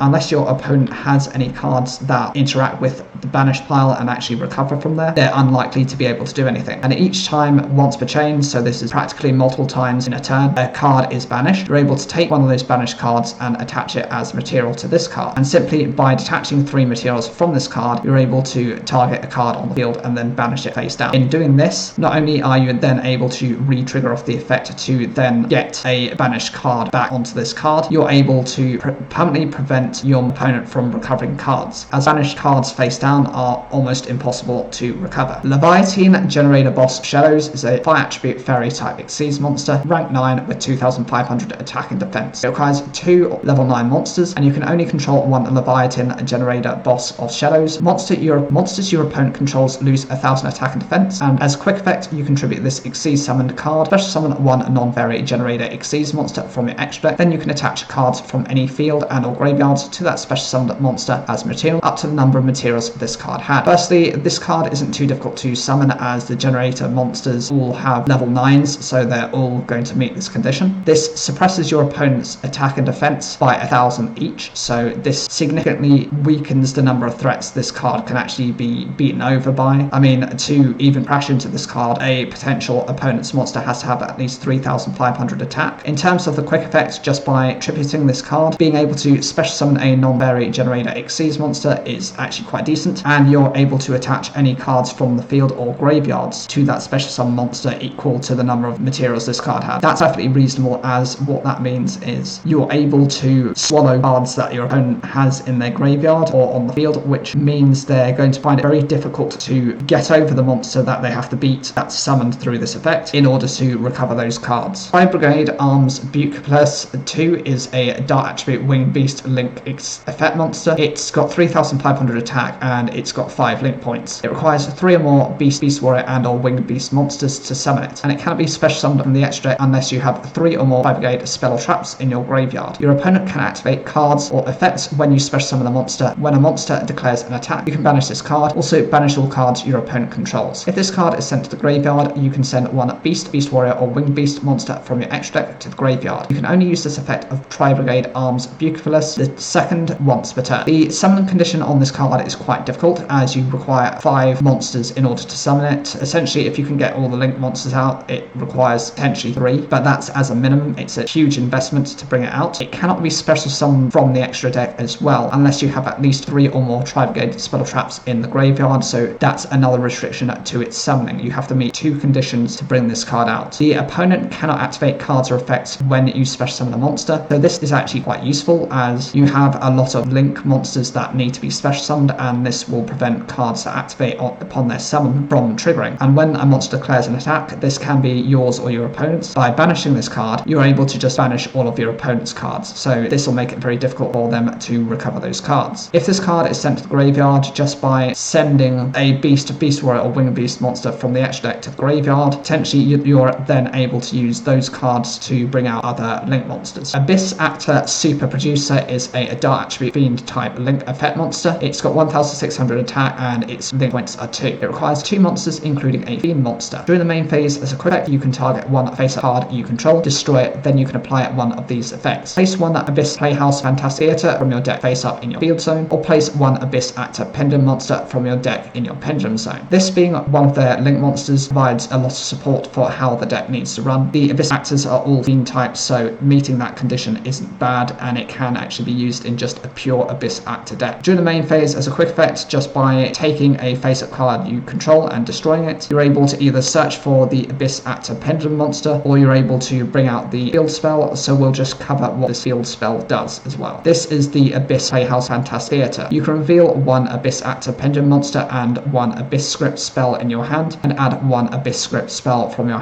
deck to your hand with a different name than the revealed spell. While you control a Pendulum summoned Abyss Actor Pendulum monster, any monster effect activated by your opponent becomes destroy one set spell or trap card your opponent controls. You can only use each effect of Abyss Playhouse Fantastic Theater once per turn. Essentially what this card does is, by revealing 2 cards from your hand, the Abyss Actor Pendulum monster and an Abyss Script spell, you're able to search for an additional Abyss Script spell from the deck to your hand, provided it has a different name to the revealed spell you already had. So that provides you with quite a few options, and simply by having a Pendulum summoned Abyss Actor, this forces all of your opponent's monster effects abilities to come and destroy a set spell or trap card your opponent controls. Some of these cards will then have their own trigger effects based on those effects, so by doing this, not only are you limiting what your opponent can do with their own monster effects, you're targeting it in such a way as to provide you with graveyard-based destruction activations. Dynamondo is an Earth Attribute Cybers type link effect monster. It's got 2200 attack and a link rating of 2. It requires 2 monsters including a ritual monster. If this card is special summoned, you can target 1 card on the field and 1 ritual monster in your graveyard. Shuffle both into the deck. During your opponent's turn, as a quick effect, you contribute this card, then target 1 ritual monster in your graveyard, either add it to your hand or special summon it. You can only use each effect of Dynamondo once per turn. This card is meant to be some sort of ritual sort in the form of a link monster. It is a Cyberse monster, which I do find a little bit strange to be pairing as general ritual sort, but it doesn't make too much difference. The requirements on it need at least a ritual monster plus another monster, so it is keeping to almost a pure ritual deck. And as soon as this card is special summoned, by targeting a card on the field and a ritual monster in your graveyard, shuffling both into the deck means that you're able to disrupt one of your opponent's more powerful monsters or cards that they got, as it'll be difficult for them to retrieve it from the deck, as well as being able to recover your ritual monster in such a way as you don't need to run various other generic support cards. And during the opponent's turn, as a quick effect, by just tributing this card, you're able to recover your ritual monster, either sending it back to the hand or special summoning it. This can be quite useful as it doesn't have any sort of limitations to it, provided the monster that's recovered from the graveyard hasn't got something that forces a certain condition in order to summon it. Galaxy 100 is a continuous spell card. The effect is, when this card is activated, you can send 1 Photon or Galaxy card from your deck to the graveyard. If Galaxy Eyes Photon Dragon is special summoned to your field, except during the damage step, you can look at your opponent's extra deck, then you can apply one of these effects. Banish 1 monster from it, or special summon 1 number monster from it to your field. You can only use this effect of Galaxy 100 once per turn. You can only activate 1 Galaxy 100 per turn. As soon as this card is activated, you're able to just pitch either a Photon or a Galaxy card from the deck to the graveyard, so this is a Foolish Burial style of effect. This can be very useful, for example, if you want to send your Galaxy Eyes Photon Dragon, as its class cast both a galaxy and a photon monster straight to the graveyard, and then maybe to recover it or to use it as part of an Xyz material, or another one of the cards which actually has a effect that activates in the graveyard. The other ability is if you happen to summon a Galaxy-Eyes Photon Dragon to the field, and it's just by special summon, so it can either be by its own effect, which requires it to be summoned by banishing 2 of your Photon or Galaxy monsters that have 2000 or more attack points, or some sort of revival card, or just some other special summoning mechanic. You're able to either decide to banish a monster from your opponent's extra deck, which can be very useful. If you know the style of deck that they're playing, then you know the key cards to how to interact with them. The other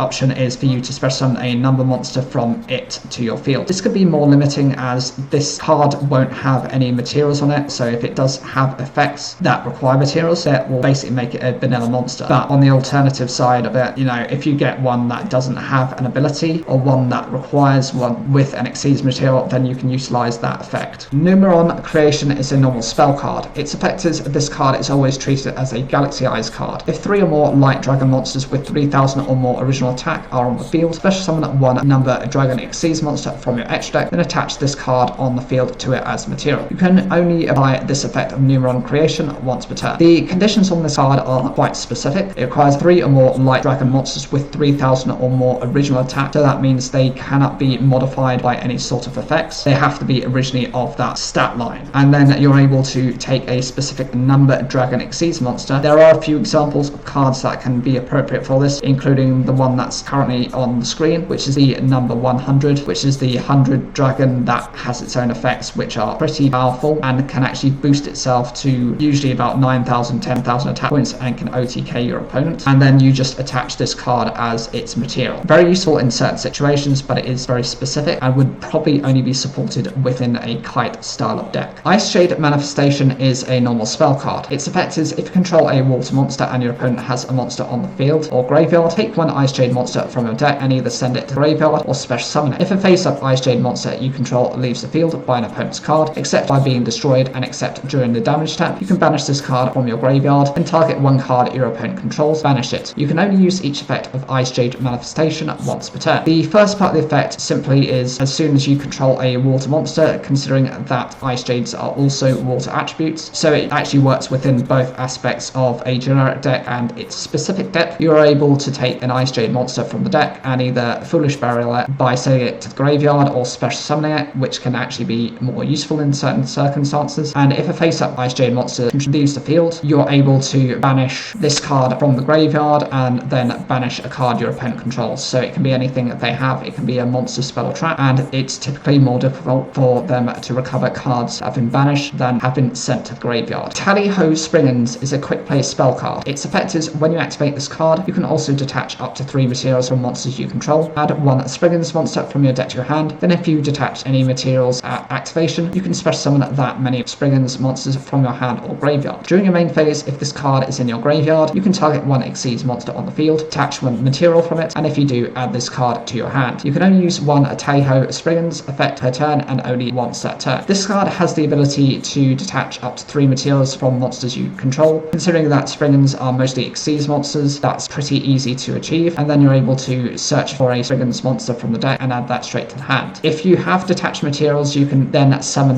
monsters that happen to be Springens from your hand or graveyard equal to that number, so potentially up to 3 cards. Simply during the main phase, if this card is in the graveyard, by targeting an Xyz monster, by detaching a material from it, you're able to recover this card, so it does have a recycle style of effect to it. It's a decent card, but it is very specific and can be quite situational unless you can really get some advantage from it. Dogmatica Matrix is a continuous spell card. Its effect is when this card is activated, you can add 1 Dogmatica Ritual monster or 1 Dogmatica Ritual spell from your deck to your hand. Then if your opponent controls a monster, you can add 1 Dogmatica card from your deck to your hand. Once per turn, if you control a Dogmatica Ritual monster, you can look at either player's extra deck and send 1 monster from it to the graveyard. You can only activate 1 Dogmatica Matrix per turn. This is a particularly powerful card because firstly, it requires you to search for a Dogmatica Ritual monster or the Ritual spell from the deck to the hand, and if your opponent has a monster on the field, you're then able to search for another Dogmatica card. This means you can, through this card's effect, be able to get both the Ritual monster and the Ritual spell without any other requirements other than your opponent has to control a monster. Once per turn, simply by having a Dogmaticum ritual monster, you're able to look at your opponent's extra deck or your own and then send a monster from it to the graveyard. This can be a useful way of disposing of your opponent's threats, as most monsters have to be properly summoned first before they can actually be recovered from the graveyard. It's a good way of an anti-extra deck type of strategy and a way of curbing what your opponent intends to do. Light of the Branded is a quick play spell card. The effect is to target one fusion monster on the field or in either graveyard, return it to the extra deck, then you can special summon one Fallen of Obaz from your graveyard to your field and one monster from your opponent's graveyard to their field. You can only activate one Light of the Branded per turn. This card can be quite useful, as so long as you've got a fusion monster on the field or the graveyard, you're able to return it to the extra deck, so that's a way of recovery, and then special summon a Fallen of Albaz, which can then be used as part of a fusion summon, but it does come at the restriction that your opponent is then able to have a monster return it to their field. But the good thing about that is you're able to choose, so you may be able to give them the weakest or least important card that they've got in their graveyard. Kashtira Overlap is a quick play spell card. The effect is to target one monster on the field, banish one monster with 1500 attack and 2100 defense from your hand, your graveyard, or face up on either field, and if you do, the targeted monster gains 1500 attack. If this card is banished and you control a Kashtira monster, you can target one effect monster your opponent controls, negate its effects until the end of this turn. You can only use each effect of Kashtira Overlap once per turn. This card is very decent for the deck because simply by banishing a monster that meets the attack and defense requirements, you're then able to boost up one of your monsters on the field by 1500, which can be able to get over most types of threats. And if this card happens to be banished whilst you have a Kashtira monster, you're able to shut down one of your opponent's effects, and this can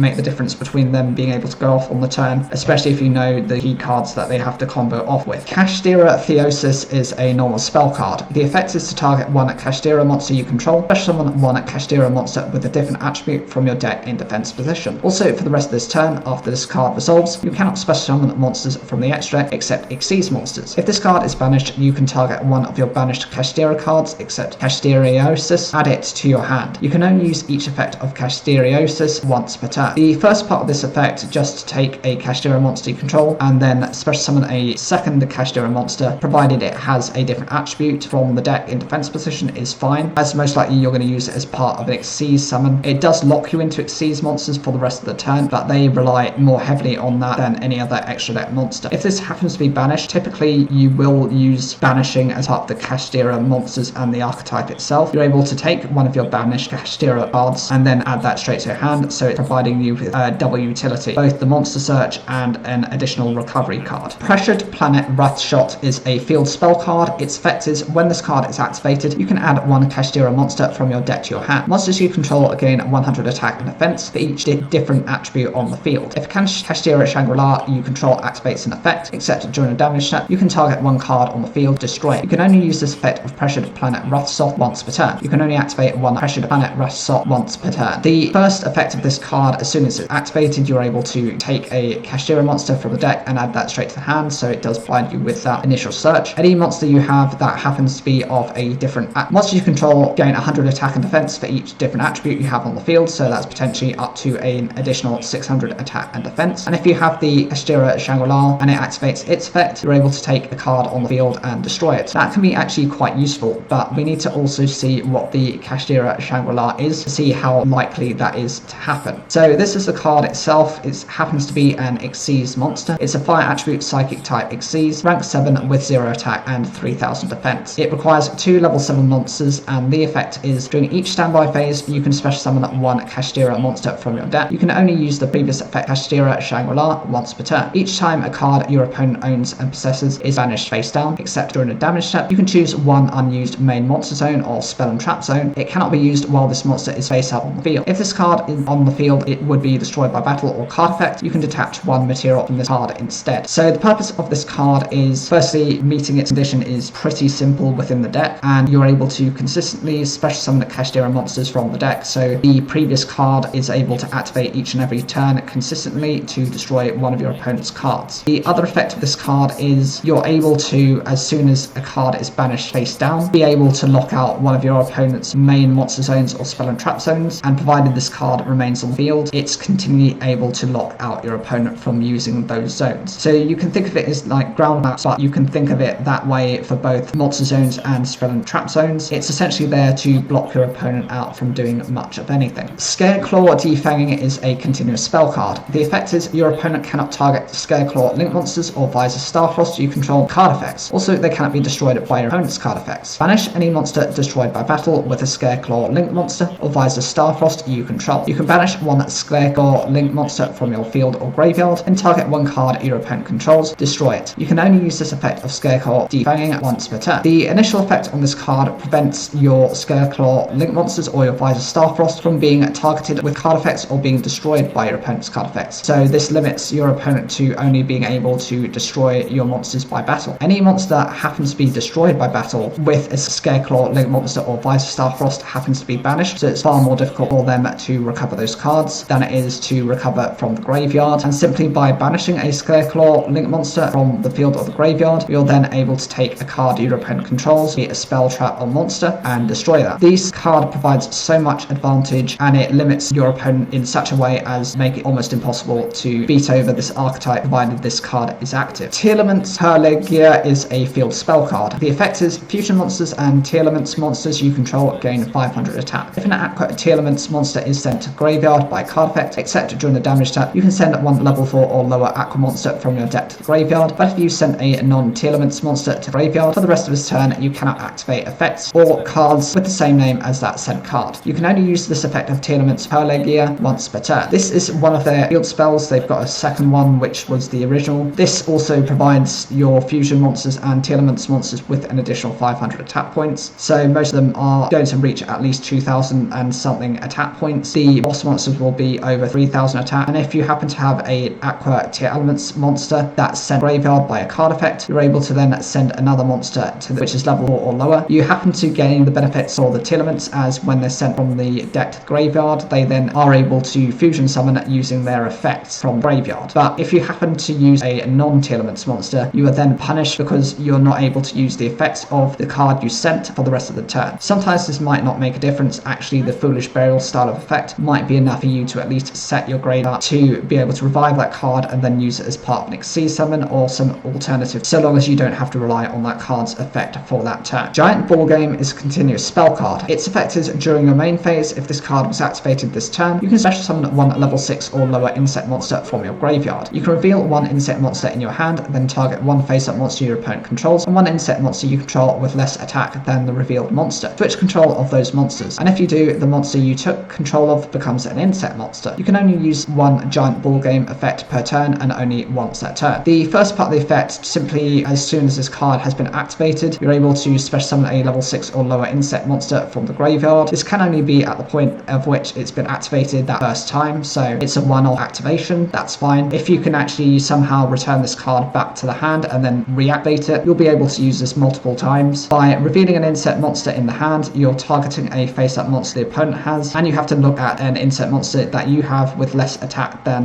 the revealed monster, and you just switch control of those two cards. It can be useful if your particular monster happens to be quite weak anyway and your opponent has a powerful monster. Also, since it treats the opponent's monster as an insect type monster, it also helps to support your deck, as you're able to use that as part of an Exceed summon, a synchro, or a fusion, or if you have to use it as part of a tribute. It's all useful for that without having to run specific cards such as DNA Surgery to adjust the typing of that monster. It does have the limitation of being only able to use an effect per turn, so you can either use the first part of the effect or the second part of the effect, but you can't use both on that same turn. Abyss Actor's Dress Rehearsal is a normal spell card. At the start of your main phase 1, add one Abyss Actor card and one Abyss Script spell from your deck to your hand. For the rest of this turn, after this card resolves, you cannot pendulum summon monsters except Abyss Actor monsters. This is quite useful as it just lets you search for both an Abyss Actor and an Abyss Script spell. That's an easier search as you get 2 cards for the price of 1. It does restrict you to only being able to pendulum summon monsters that are Abyss Actors, but since that's the way the deck works, I doubt you're going to be using anything other than that. This card's purpose is to really just adjust the way the deck effect works and to add some consistency. So it's like having a rotor for both the Pendulum Monster, the Abyss Actor, and the Abyss Script, which is the spell card. Abyss Script Dramatic Story is a normal spell card. Target one Abyss Actor Pendulum Monster you control, special summon one Abyss Actor monster from your deck with a different name, then place the targeted monster in your Pendulum Zone or destroy it. If this set card in its owner's control is destroyed by an opponent's card effect, and you have a face-up Abyss Actor Pendulum Monster in your etch deck, you can return up to 2 cards on the field to the hand. You can only activate one Abyss Script Dramatic Story per turn. The first part of the effect allows you to take an Abyss Actor Pendulum Monster that you control and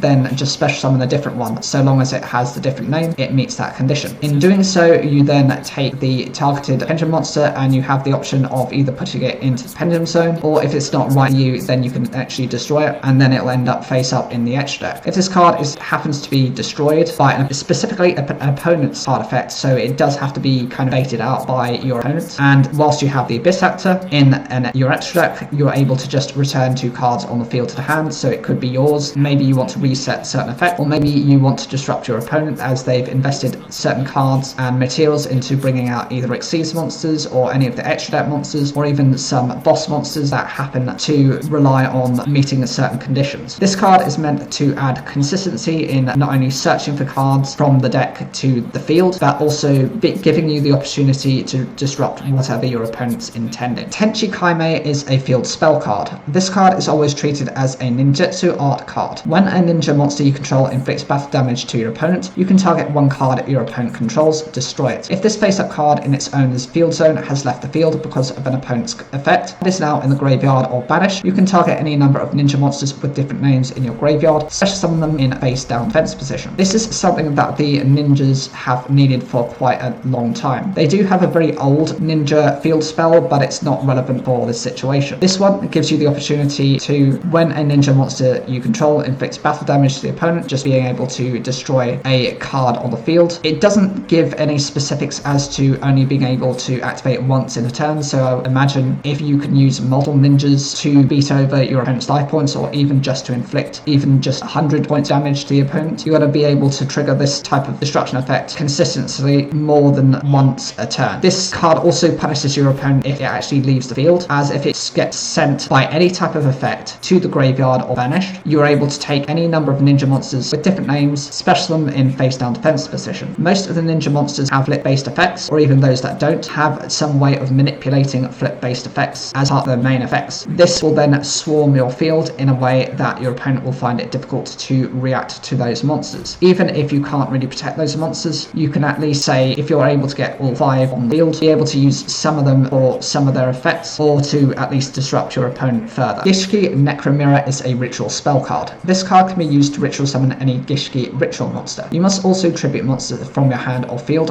whose total levels exactly equal the level of the ritual monster you ritual summon, or tribute one face-up monster your opponent controls. If you ritual summon using this card, you lose life points equal to the original attack of the ritual summoned monster. If this card is in your graveyard, you can target one Gishki monster in your graveyard, place that card on the top of your deck, and if you do, place this card on the bottom of the deck. So this is a bit like having a superpolarization for your ritual monsters, whereas that tends to take your opponent's monsters and use them as part of fusion materials. You can actually use this to take one of your opponent's monsters and use it for your ritual summon. It does have to use a specific level to meet the summoning condition of the Gishki monster, so you do have to run some specifics to it, but so long as you can actually search into the deck, which typically it's able to do very consistently, especially now with the additional support, that condition is going to be difficult to achieve. And you do get punished for the original attack of the ritual monster you get summoned, so there is the disadvantage of it. If this card happens to be in the graveyard, you are able to take a Gishki monster, top deck it, so you can guarantee what you're going to be having next turn, but in the consequence, this card then goes to the bottom of the deck. The one good thing I'd say about that is because the Gishki cards like to search out for each other, it means that it won't stay on the bottom of the deck for too long. Therefore, it's no longer really so much of a disadvantage. Focused Aquamirror is a normal spell card. The effect is to add one Gishki monster from your deck to your hand. During the end phase, if you control a water attribute ritual monster, you can banish this card from your graveyard. Set one Aquamirror spell or trap card directly from your deck or graveyard, except Focused Aquamirror. You can only use this effect of Focused Aquamirror once per turn. The purpose of this card is you're able to just consistently add a Gishki monster from the deck to the hand, so it is a rotor for the deck. And simply by having a ritual water attribute monster, by banishing this card, you're able to then search for a Aqua Mirror spell or trap card from the deck or the graveyard and place it on the field. So that can be quite useful depending on your situation, as you have double utility. You have the monster search as well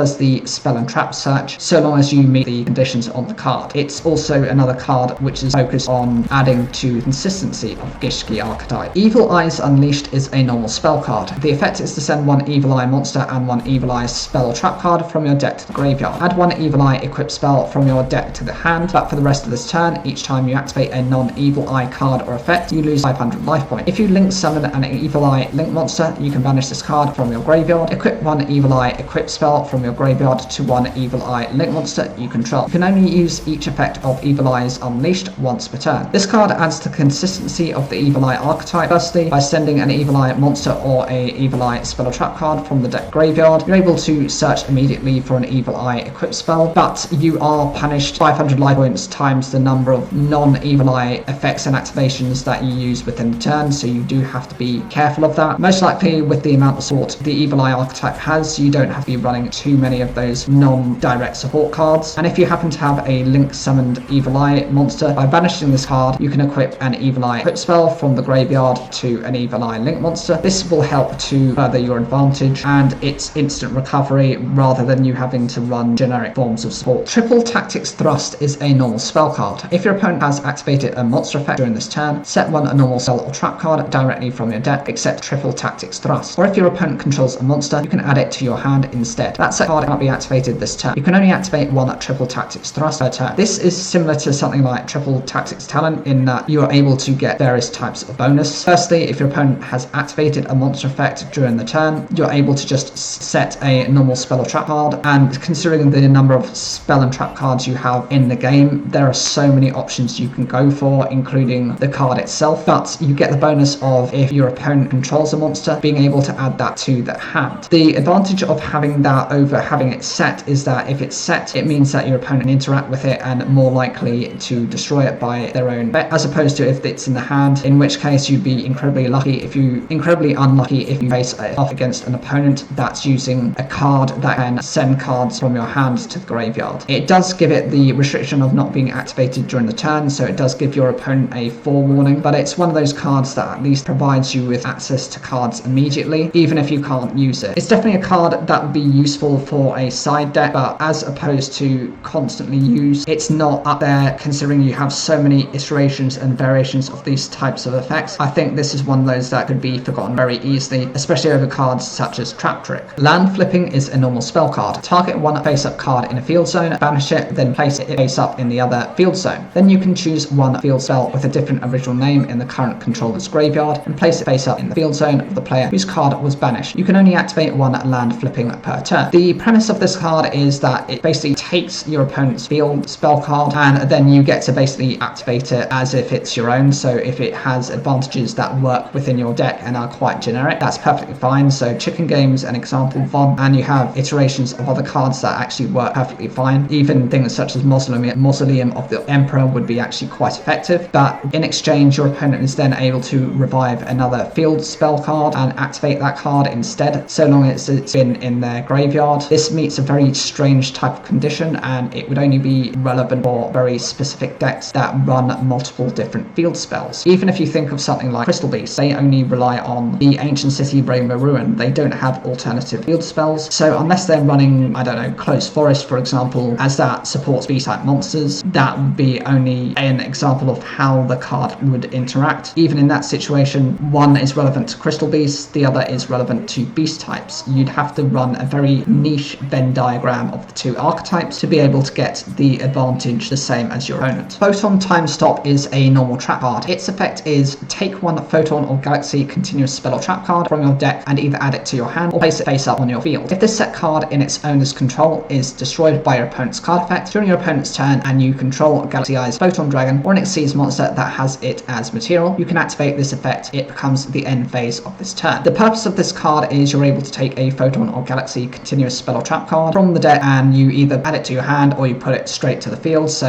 it effectively activates. That's a benefit, as depending on what kind of effect that has, it will give you whatever advantage that does. There will be multiple examples of that and options, otherwise you wouldn't have a specific card dedicated for this type of niche effect. In terms of if this this set card is destroyed by an opponent's card effect during the opponent's turn, so long as you've got a Galaxy Eyes Photon Dragon or an Exceeds monster that has this as material, you're able to just instantly end the turn of your opponent. It can be quite useful in certain situations, especially if they've been trying to build up certain effects and they think that this is a very deadly card. By actually getting rid of this, they stop themselves from being able to do anything else for the rest of that turn. Gigantic Thundercross is a normal trap card. The effect is to target a number of monsters on the field and or in the graveyards equal to the difference between your banished cards and your opponent's. Banish them, then your opponent can special summon one monster from their deck. You can only activate one Gigantic Thundercross per turn. This card can be very useful in certain situations, in that if you've got quite a few banished cards in comparison to your opponent, then you're able to take a number of monsters on the field and in the graveyards and then just banish them. Very useful if your opponent has cards that can be set up from the graveyard or even on the field. Actually, that means they get disrupted and are very difficult to bring back, but it does give your opponent then the option of special summoning any monster of their choice from the deck. That can be quite a difficult decision, because if they bring something out which is actually more supportive of how their deck likes to work, then this is where the cost of the card activates. It also means that you're having to run this in very specific macrocosmos style of decks, otherwise you're not going to be able to get the number of cards banished to a level where it actually makes a difference. Branded Befallen is a continuous trap card. Its effect is once per turn when your opponent activates a card or effect that targets one bestial monster you control, no other cards. When your opponent activates a card or effect in response to the activation of your bestial monster effect, you can target one light or dark monster in either graveyard, banish it, and if you do, negate that activated effect. This can be very useful because if your opponent's activating something that threatens your bestial monster, just by banishing a light or a dark from either graveyard, so it can be yours or your opponent, you're able to negate that effect. Bear in mind that lots of people play a mixture of dark and light attributes in their deck. Having those, even if you don't have in your graveyard to fuel for this negation effect, can be very easy to achieve. Even if you look at extra decks, they will at least have a couple of those and you'll be able to manipulate them to prevent them from really responding and recovering those cards. Trivia Karma is a normal trap card. Its effect is to target one Visor Starfrost in your monster zone and one effect monster your opponent controls. Negate that opponent's monster's effects, and if you do, your targeted monster gains attack equal to half the original attack or defense of that monster, whichever is higher. You can banish this card from your graveyard to add one spell or trap card that mentions Visor Starfrost from your deck to your hand, except Trivia Karma. You can only use one Trivia Karma effect per turn and only once that turn. The first part of this effect enables you to take either a Visor Starfrost and a effect monster your opponent controls by negating that opponent's monster's effects. You are then able to take whichever stat is higher, whether that be their attack or defense, and take half of that as part of your attack, so you're constantly able to boost your monsters. That's quite decent in and of itself, as the effect negation will interrupt what your opponent wants to do, and if they want to beat over your monster in battle, they're going to have to do other things in order to get higher attack monsters out. This other effect, to banish this card from the graveyard, you're just able to search for a spell or trap card that has Visor Starfrost mentioned within its card text from the deck to the hand. It's a decent way of adding consistency to the Visor's Starfrost, or the Manadium deck as it's referred to. Kashtira Big Bang is a normal trap card. Its effect is if Kashtira Exceeds monster is on the field and a player controls two or more monsters, they must banish monsters they control face down, so they only control one monster. If this card is banished, you can target one Kashtira Exceeds monster you control, add one of your Kashtira monsters attached to it to your hand, then you can special summon that monster from your hand. You can only use each effect of Kashtira Big Bang once per turn. The first part of the effect provides that if you've got a Kashtira Exceeds monster on the field and your opponent has two or more monsters, they're forced to banish monsters, so they only have one monster. So it's like having a Kaiser Colosseum in a banished style of effect. You're also able to take the Kashtira Exceeds monster and take the Exceeds material from it, take it back to the hand, and then resummon it. This can be very useful if it has an effect that activates upon its summon. Even if not, it can be used as an alternative as either a beatstick monster or to summon it into another Exceeds monster. It is limited that these effects can only be used once per turn, but at least both can technically be used in the same turn. Chaos Phantasm is a normal trap card. Its effect is target one of your banished light tuners and one of your banished level 8 or lower dark dark non-tuner monsters. Return both of them to the graveyard, then special summon one light or dark synchro monster from your extra deck whose total levels equals the total levels of those returned monsters. This is decent as it's a way of synchro summoning using your banished cards. Typically with the Chaos archetypes, how they like to interact is they banish light and dark attribute monsters, and in order to then recover those cards you need to run things such as Miracle Dig or Burial from a different dimension. Instead, with this card, not only does this enable you to take a synchro summon during either yours or your opponent's turn, being a trap card, but it recovers those monsters back to the graveyard, in which you can use to banish as part of the cost for summoning a additional Chaos monster. Big Welcome Labyrinth is a normal trap card. Its effect is to special summon one Labyrinth monster from your hand, deck, or graveyard, then return one monster you control to the hand. You can banish this card from your graveyard, then target one Fiend monster you control, or if you control a level 8 or higher Fiend monster, you can target one card your opponent controls instead, return that card to the hand. You can only use one Big Welcome Labyrinth effect per turn, and only once that turn. The effect of this card just lets you special summon a Labyrinth monster, whether that be in the hand, the deck, or the graveyard, and then you're simply able to return a monster you control to the hand, so you're able to swap two monsters around. This can be useful if your monster has an effect that has to be activated as soon as it's summoned, therefore you're able to reset that effect the next turn. And by banishing this card, you're able to take a Fiend monster you control, or if you control a level 8 or higher Fiend monster, to target a card your opponent controls and return that card to the hand. So if it's less than level 8, it returns one of your cards. If it's level 8 or higher, it takes one of your opponent's cards and bounces that back to the hand. This can be useful against extra deck monsters who would have to require resources in order to bring out again, or some monsters that actually don't like being in the hand as they have additional costs in order to bring them out. Waybridge is a normal trap card. Its effect is if your opponent controls two or more monsters than you do,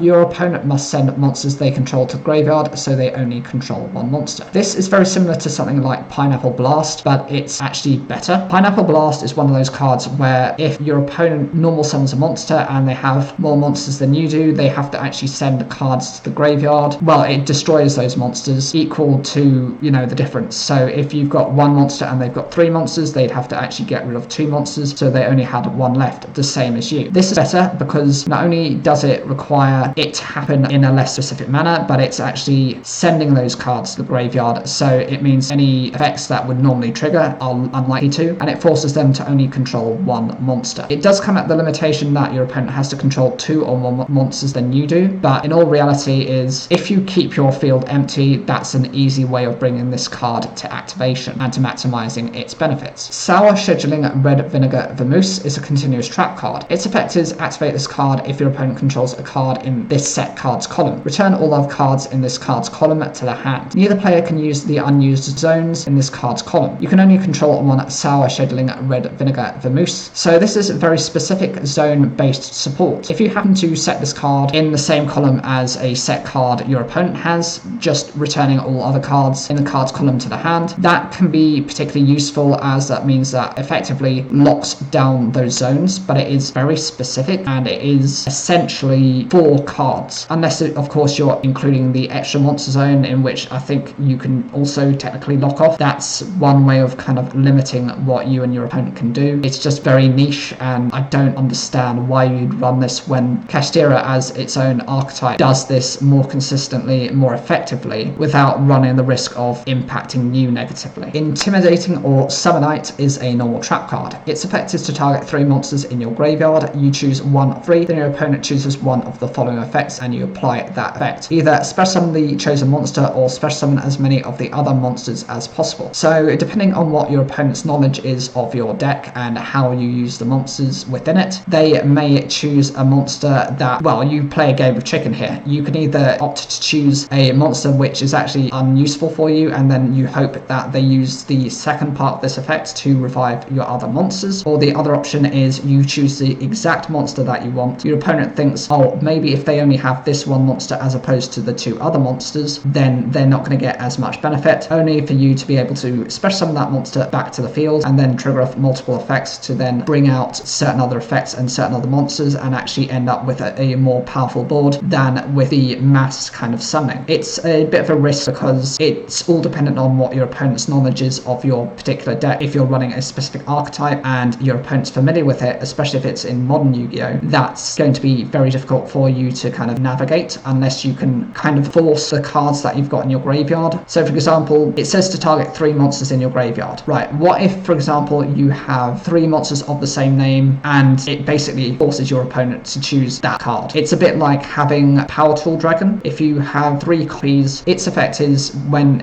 during the main phase, you're able to choose 3 equip spells in the deck, and you basically kind of show them to the opponent, and then they have to pick one randomly for you to then add to the hand. The rest go back into the deck. If you use this and you have 3 copies of that equip spell, essentially you are mitigating your opponent's choice as they have to choose one of those cards. Same example comes here. Minaruka is a water attribute fish type level 4 with 1500 attack and 500 defense. When a water monster's effect is activated as a quick effect, you can special summon this card from your hand. You can banish one face-up fish, sea serpent or aqua monster you control, then target one face-up card on the field, negate its effects until the end of the opponent's turn. You can only use each effect of Minaruka once per turn. The part of this card's effect, the first part, when the water monster's effect is activated, you're just instantly able to special summon this card from the hand, so an instant special summon is always a good thing, and this will be in a water attribute deck. There are so many different cards used by Shark and other characters within the series, and even generic ones, that it's very easy to integrate within that type of deck. By banishing a face-up fish, sea serpent or aqua monster, you're able to take a face-up card on the field and just shut it down. There are certain cards that actually have a revival-based effect when they've been banished, or they have alternative effects as soon as they've been banished, so you can actually get 2 advantages from this one effect. It shuts it down for until the end of the opponent's next turn, so even if your opponent wants to use a particular card, they can't, they have no options. Orphaball, the Harmonious Bullfighter Bard, is a light attribute beast warrior type level 8 with 3000 attack and 2400 defense. It cannot be normal summoned or set, and it must be special summoned from your hand by banishing 2 light and 2 dark monsters from your hand and or graveyard, except this card. If summoned this way, this card gains 1000 attack for each monster banished from your hand for its summon, and can attack monsters a number of times. Each battle phase up to the number of monsters banished from the graveyard for its summon. If this card destroys an opponent's monster by battle after damage calculation, you can banish that opponent's monster. This is a very unusual form of chaos style of support. It's not classified as a chaos card in that it doesn't have chaos in its name, but everything other than its name, it basically points towards a chaos monster. For anyone who's not aware, a chaos monster tends to be one that has to be summoned from the hand by banishing the light and dark monsters.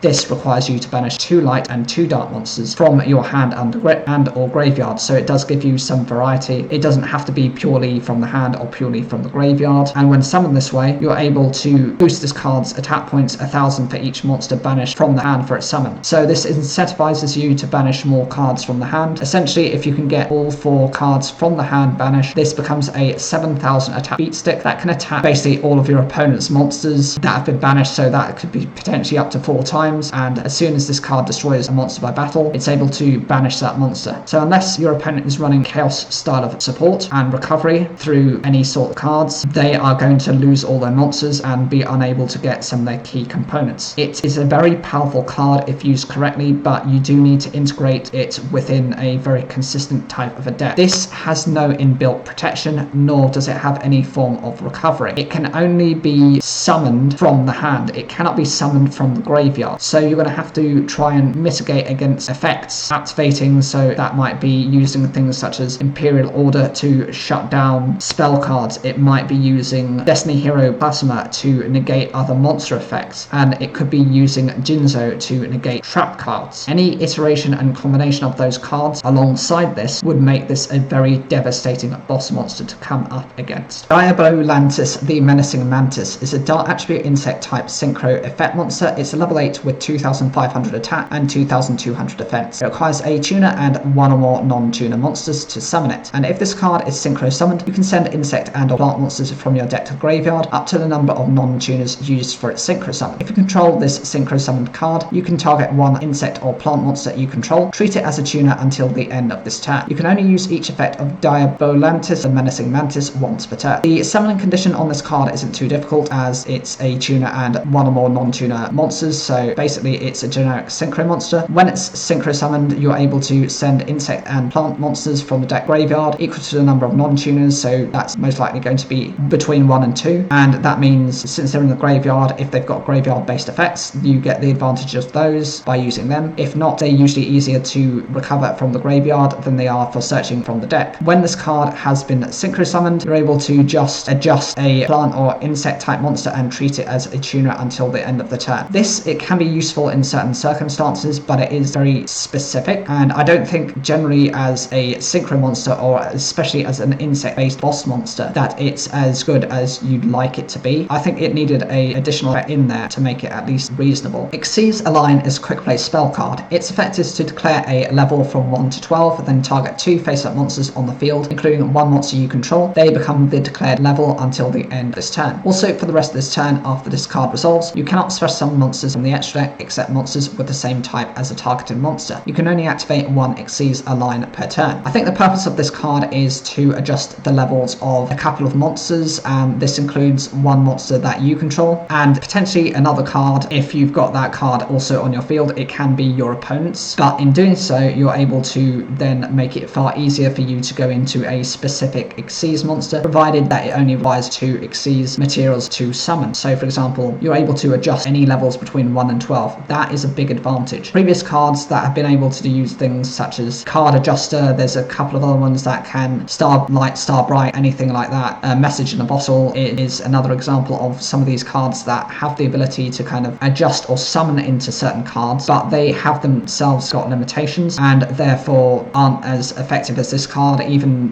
one of them requires like a discard to use that effect. This is able to let you just go into any levels you want, but the downside is you do have to be specific to the typings, so it has to either be one of the 2 cards that you selected of that type to be summoned from the extra deck. But overall, I don't think that's too much of a limitation, as you'll be running decks that are built around these types of cards. I find it quite interesting, the picture of the card they've introduced onto the main image, which is the Shogi Knight. That card is part of a very mini series of cards. There's like 3 cards attached to it. There is number 72, which is the Shogi Rook, which is a very specific card, and it just deals with destroying back row cards and face down cards. This one also, the Shogi Knight, destroys, if it destroys a face up trap card, well, a face down trap card, as part of its effect, you're able to then special summon a level 3 monster. And as for the Shogi Lance, it basically takes a monster that has the same level as it, and they just add their levels together to make it a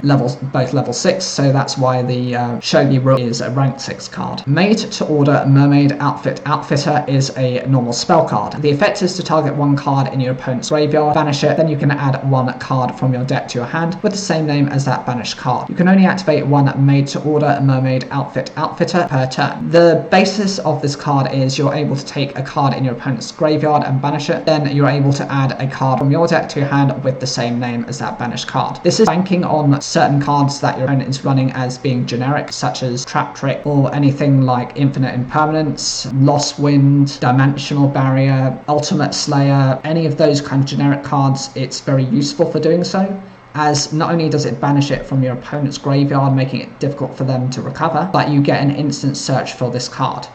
It does become quite claggy if you're running multiple of these cards, as you could potentially brick into drawing multiple of these, which can actually be worse than if you were to just try and hard luck pure draw into any of those kind of mirror style of generic cards. Gold Pride Leon is a wind attribute warrior type tuner effect monster. It's a level 3 with 1500 attack and 1200 defense. If your life points are lower than your opponent's, you can special summon this card from your hand. If this card is normal or special summoned, you can target 1 non-warrior Gold Pride monster in your graveyard, special summon it in defense position. Also, you cannot special summon monsters from the extra deck for the rest of this turn, except Gold monsters. During your opponent's main phase, you can, as a quick effect, immediately after this effect resolves, synchro summon 1 synchro monster using only Gold Pride monsters you control. You can only use each effect of Gold Pride Leon once per turn. This whole archetype relies on heavily having your life points lower than your opponent's in order to use their effects. This card, as soon as it is, is able to just special summon itself from the hand, and since it's a tuner monster, it's quite useful for synchro monsters. By doing this, you're able to take a non-warrior Gold Pride monster from your graveyard and just special summon it. Even though it is in defense position, it can be used as part of fuel, part of the materials to synchro summon into a monster. The synchro monster itself doesn't have to be a Gold Pride monster, it just happens to be that all of the materials used to synchro summon as part of this effect during your opponent's turn have to be Gold Pride monsters. So there's part limitation, but actually there's a generic way of synchro summoning and like excel synchro summoning during the opponent's turn, which is quite generic. Gold Pride Nitro Head is a fire attribute pyro type level 8 with 2300 attack and 2600 defense. If your life points are lower than your opponent's, you can special summon this card from your hand. During your opponent's standby phase, you can special summon one Nitro token, fire attribute pyro type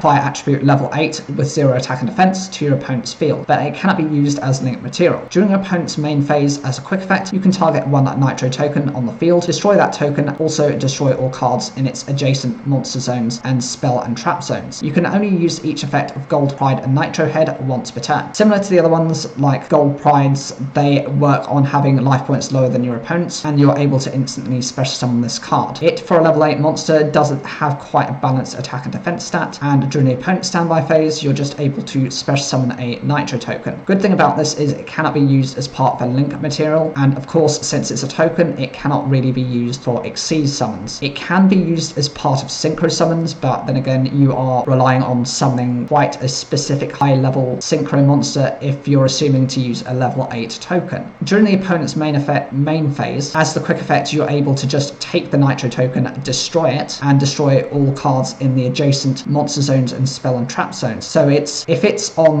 the middle, then it's the next on the left and the next on the right. So it's a good way of wiping out a lot of your opponent's cards depending on how they've placed them on their fields. Potentially you could be getting rid of, I don't know, like 4 cards, assuming each of those has a monster and a spell or a trap within them, but more likely you're going to get rid of about 2. It's fine, and it's quite decent and quite shocking, especially if your opponent doesn't know what you're running. This is quite a challenge and a different style of effect when it comes to zone placements, and actually makes it more critical that you're aware of where you're setting various cards, as was the case with other archetypes such as Mech Knights. If you had 2 kind of in the same column, you could just special summon a Mech Knight. That's similar to how this kind of deck and this particular card likes to interact. Gold Pride Captain Carry is a water attribute fiend type level 3 with 900 attack and 1700 defense. If your life points are lower than your opponent's, you can special summon this card from your hand. If this card is normal or special summoned, you can add 1 Gold Pride trap from your deck to your hand. If this card is sent to the graveyard, you can target 1 Gold Pride monster you control that was special summoned from the extra deck, banish up to 3 Gold Pride cards from your graveyard, and if you do, that monster gains 500 attack for each card banished this way. You can only use each effect of Gold Pride Captain Carry once per turn. The summon condition on this card is the same as the others. If your opponent's life points are higher than yours, you get to special summon this card. Once it's normal or special summoned, you're able to just search for a Gold Pride trap and add that from your deck to your hand, so that adds consistency to the deck. If this card happens to be sent to the graveyard, you can take a Gold Pride monster you control that was special summoned from the extra deck by banishing up to 3 Gold Pride cards from your graveyard. You can boost that monster 500 times the number of cards you had banished, so that's potentially maxing out at 1500 additional attack points for that monster. It's very decent and can be enough to get over some of your opponent's highly invested offensive monsters. Gold Pride Starleone is a light attribute thunder type synchro effect monster. It's level 6 with 2000 attack and defense. It requires a tuner plus 1 or more non-tuner monsters. During the main phase, as a quick effect, you can target 1 face-up monster your opponent controls. This card gains attack equal to that target's original attack. Then if your life points are lower than your opponent's, you can destroy that monster. You can only use the previous effect of Gold Pride Starleone once per turn. Once per turn during the end phase, if the previous effect was activated this turn, return this card to the extra deck, and if you do, special summon 1 Gold Pride Leone from your deck or graveyard. The summon condition on this card isn't too difficult, as it's generic. It can be run practically in most types of decks, and as soon as it's your main phase, it can be yours or your opponent's as a quick effect. You can take an opponent's monster that they control. This card gains the attack points of that monster, so if you're taking a boss monster off your opponent's, you're able to boost this card by a significant amount, potentially over 4000 attack points this card could become. Then if your life points are lower, you're able to just destroy that opponent's monster. Very useful in certain situations, as that prevents them from being able to do anything. The consequence of using this part of the effect is during the end phase, it means that this card has to go back to the extra deck, and then you get to replace it with the Gold Pride Leone from your deck or graveyard, but it does have its own floating effect. Gold Pride Nitro Blaster is a Dark Attribute Pyro type link monster. It has 2300 attack and it is a link rating of 2. It requires 2 Gold Pride monsters with different levels. You can target one monster your opponent controls, destroy it, then if your life points are lower than your opponent's, you can destroy all cards in its adjacent monster zones and spell and trap zones. You can only use this effect of Gold Pride and Nitro Blaster once per turn. Once per turn during the end phase, if this effect was activated this turn, return this card to the extra deck, and if you do, special summon one Gold Pride Nitro head from your deck or graveyard. The summoning condition on this card isn't too difficult, as they do have a wide range of levels, so you can meet that condition quite easily. Its attack points for a Link 2 are fine, 2300 is okay, and this is instantly able to target a monster your opponent controls and destroy it. You get the additional benefit if your life points are lower to be able to then destroy potentially the adjacent monster and spell and trap zones. That could be up to 4 cards, assuming that on the left they have 2 cards and on the right side they've got 2 cards, but even if they aren't, it's still fine. You're likely to at least destroy 1 additional card, and during the end phase, if this effect had been activated, you return it to the extra deck and special summon the Gold Pride Nitro head, whether that be from your deck or your graveyard. This is very similar to the same effect of the Nitro head. The only difference is really Nitro head generates a token for your opponent, whereas this just happens to destroy your opponent's monsters. Gold Pride The Crowd Goes Wild is a normal spell card. Its effect is to reveal 1 Gold Pride monster in your hand, add 1 Gold Pride monster with a different name from your deck to your hand, then you can apply the following effect. Special summon 1 Gold Pride monster from your hand, but lose life points equal to its original attack. You can only activate 1 Gold Pride Crowd Goes Wild per turn. The first part of the effect means that you're just revealing a Gold Pride monster in the hand, and then in doing so you can search for a Gold Pride monster that has a different name from the deck to the hand, and then be able to special summon a card. Essentially, you would be able to search for the card and then special summon it if that's how you choose, but you do carry the risk of losing life points equal to the original attack. So the bigger the attack of that monster, the more damage you take. It is restricted to a once per turn effect, but it is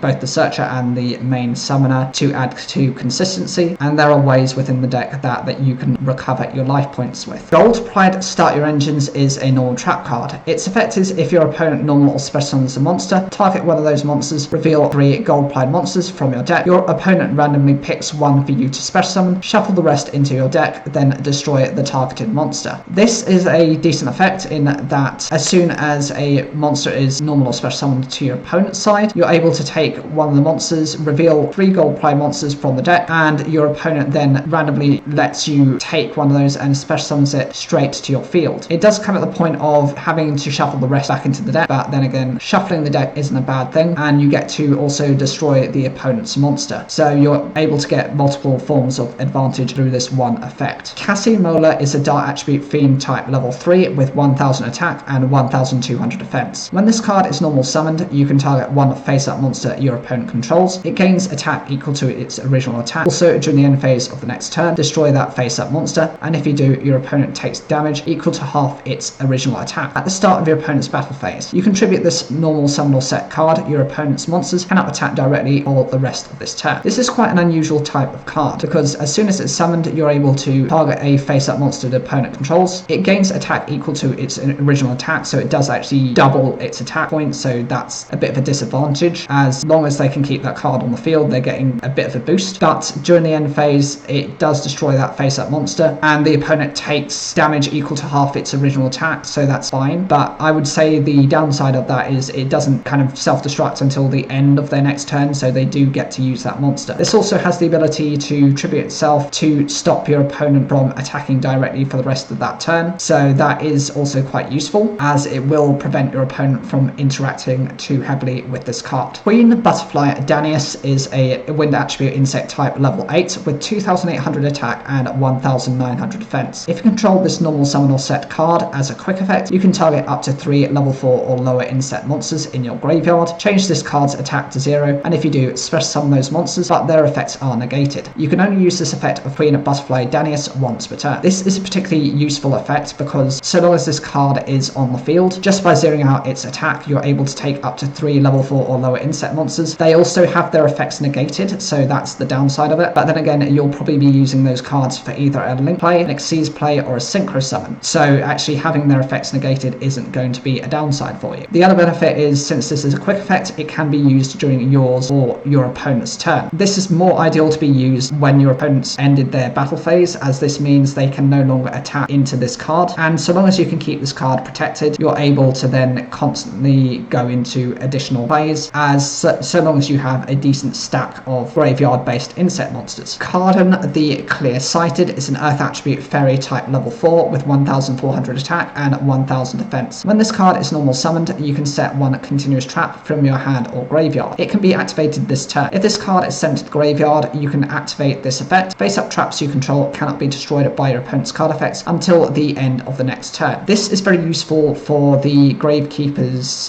continuous trap card, which is very deadly when it's used. Not only does it have the ability to then set that card, but it also has the ability, when this card is sent to the graveyard, to protect your face-up trap cards. It can also be used as part of just the continuous, the trap monsters, as those are continuous trap cards, and they could be added as an additional feat. Or this could also be used in a Uriah, the Lord of Searing Flames Sacred Beast deck, as this also supports the continuous trap cards. Because this is an Earth attribute fairy type, it's also assumed to be support for, less indirect support for Ishizu Ishtar's deck, which are the Gravekeepers. Pharaonic Advent is a Dark attribute spellcaster type at level 8 with 2000 attack and defense. It gains 300 attack for each continuous trap card on the field and in the graveyards. You can only use each of the following effects of Pharaonic Advent once per turn. You can tribute one monster, special summon this card from your hand. You can tribute one fairy, fiend, or reptile monster, add one continuous trap from your deck to your hand. Also, you cannot special summon monsters for the rest of this turn. This is meant to support continuous trap cards just in general, and the more of those you have on your field and in the graveyard, so this is yours and your opponent's graveyard, it gains 300 times that number. So if you've got a number of those in your graveyard, potentially you could be getting this over definitely 3000 attack points. Not bad for a level 8 monster. It also has the ability, just by attributing a monster, to special summon itself on the hand, so it doesn't really have a cost to it. It's very quick to summon, and if you then attribute a fairy, a fiend, or a reptile monster, you're able to take a continuous trap from your deck to your hand, and then you're able to potentially set that and use that during the next turn. It does limit you from special summoning monsters for the rest of the turn, but if you're running this in the trap monster style of deck, then actually that isn't much of a disadvantage, as you're not going to be special summoning those monsters as of then. It is a little bit weird that it's fairy, fiends, or reptiles. I can understand the fairy type because that's a little bit of what Ishizu Ishtar does with her archetype. She does have fairies. Fiends, I can kind of understand, because if you look at the Pharaonics, I mean, they could be classified as zombies or to some extent look a bit like fiends. And reptiles, I would imagine it's to do with the whole thing of ancient Egypt, and you've got,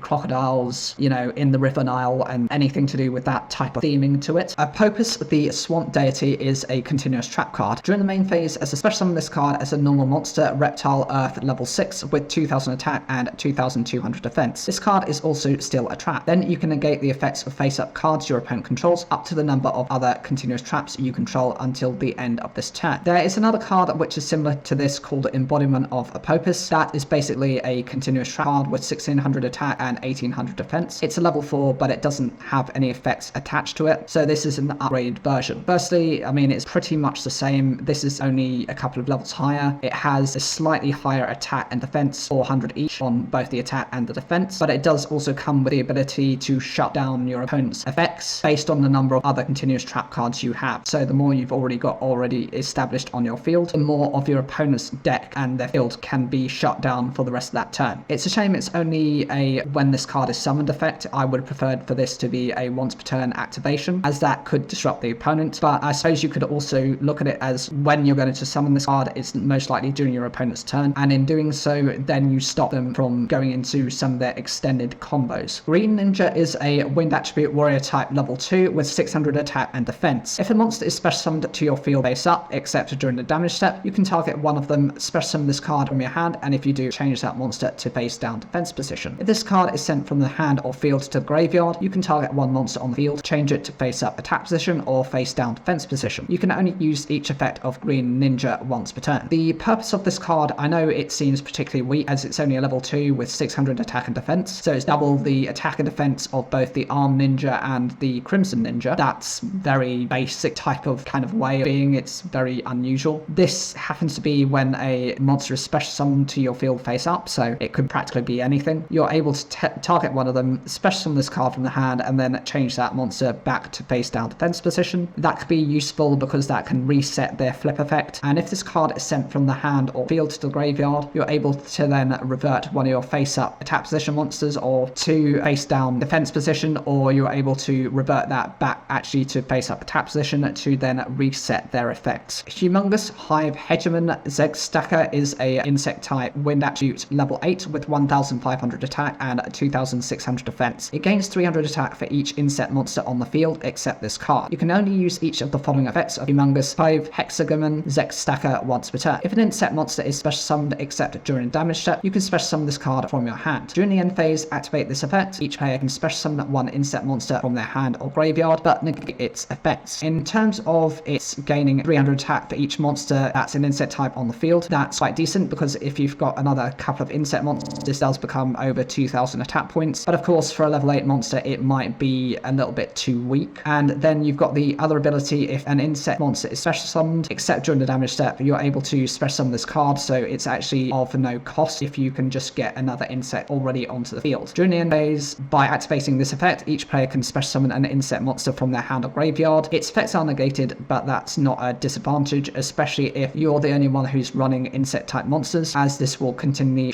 to support your field presence, because it can be not only reviving those cards from the hand, but also from the graveyard. There isn't any other restrictions to it in terms of attack or defense points, levels, or any other restrictions other than being an insect type. Mirror Jade, the Ice Blade Dragon, is a dark attribute worm type fusion effect monster. It's a level 8 with 3000 attack and 2500 defense. It requires a Fallen of Albaz plus a fusion, a synchro, an Xyz, or a link monster. You can only control one Mirror Jade, the Ice Blade Dragon, and once per turn as a quick effect, you can send one fusion monster from your extra deck to the graveyard that mentions Fallen of Albaz as material. Banish one monster on the field. Also, this card cannot use this effect next turn. If this fusion summoned card in its owner's control leaves the field because of an opponent's card, you can destroy all monsters your opponent controls during the end phase of this turn. The summon condition on this card isn't particularly too difficult, as Fallen of Albaz, there are plenty of cards that can actually treat itself as such, and you can use something like Superpolymerization to actually fuse the Fallen of Albaz with one of your opponent's extra deck monsters, so you're getting rid of one of their threats, and they can't use any effects to negate that Superpolymerization. As soon as this card is summoned once per turn as a quick effect, by sending a fusion monster that has Fallen of Albaz as material, you're able to banish one monster on the field. This can disrupt your opponent depending on what you're targeting, and even if you're not targeting the most powerful card, it can be enough to throw off what your opponent is intending to do for the rest of that turn. It does come at the limitation that you cannot use this effect during the next turn, but then again, if it was able to use this each and every turn, that would be far too much, as, you know, it's just sending the fusion monster from the extra deck to the graveyard. You're going to have plenty of those, and it would just be way too broken. When this fusion summon card leaves the field by an opponent's card effect, it just destroys all of your opponent's monsters. It's similar in that respect to Absolute Zero, which is the elemental hero card. That's decent, as this makes it very difficult to recover from, and it's any type of when it leaves the field, so it could be from bouncing it back to the extra deck, sending it to the graveyard, banishing the card. You know, any form of removal is fair game to use its secondary effect. It's an overall very powerful card and very consistent for the archetype and the deck. Well, this represents the final aspects of all the cards that were featured, the full list of 100. Which cards did you like in this set, and which ones didn't you like? I would like to see those in the comments down below. Personally, for me, I love the ninja archetype because the ninjas and the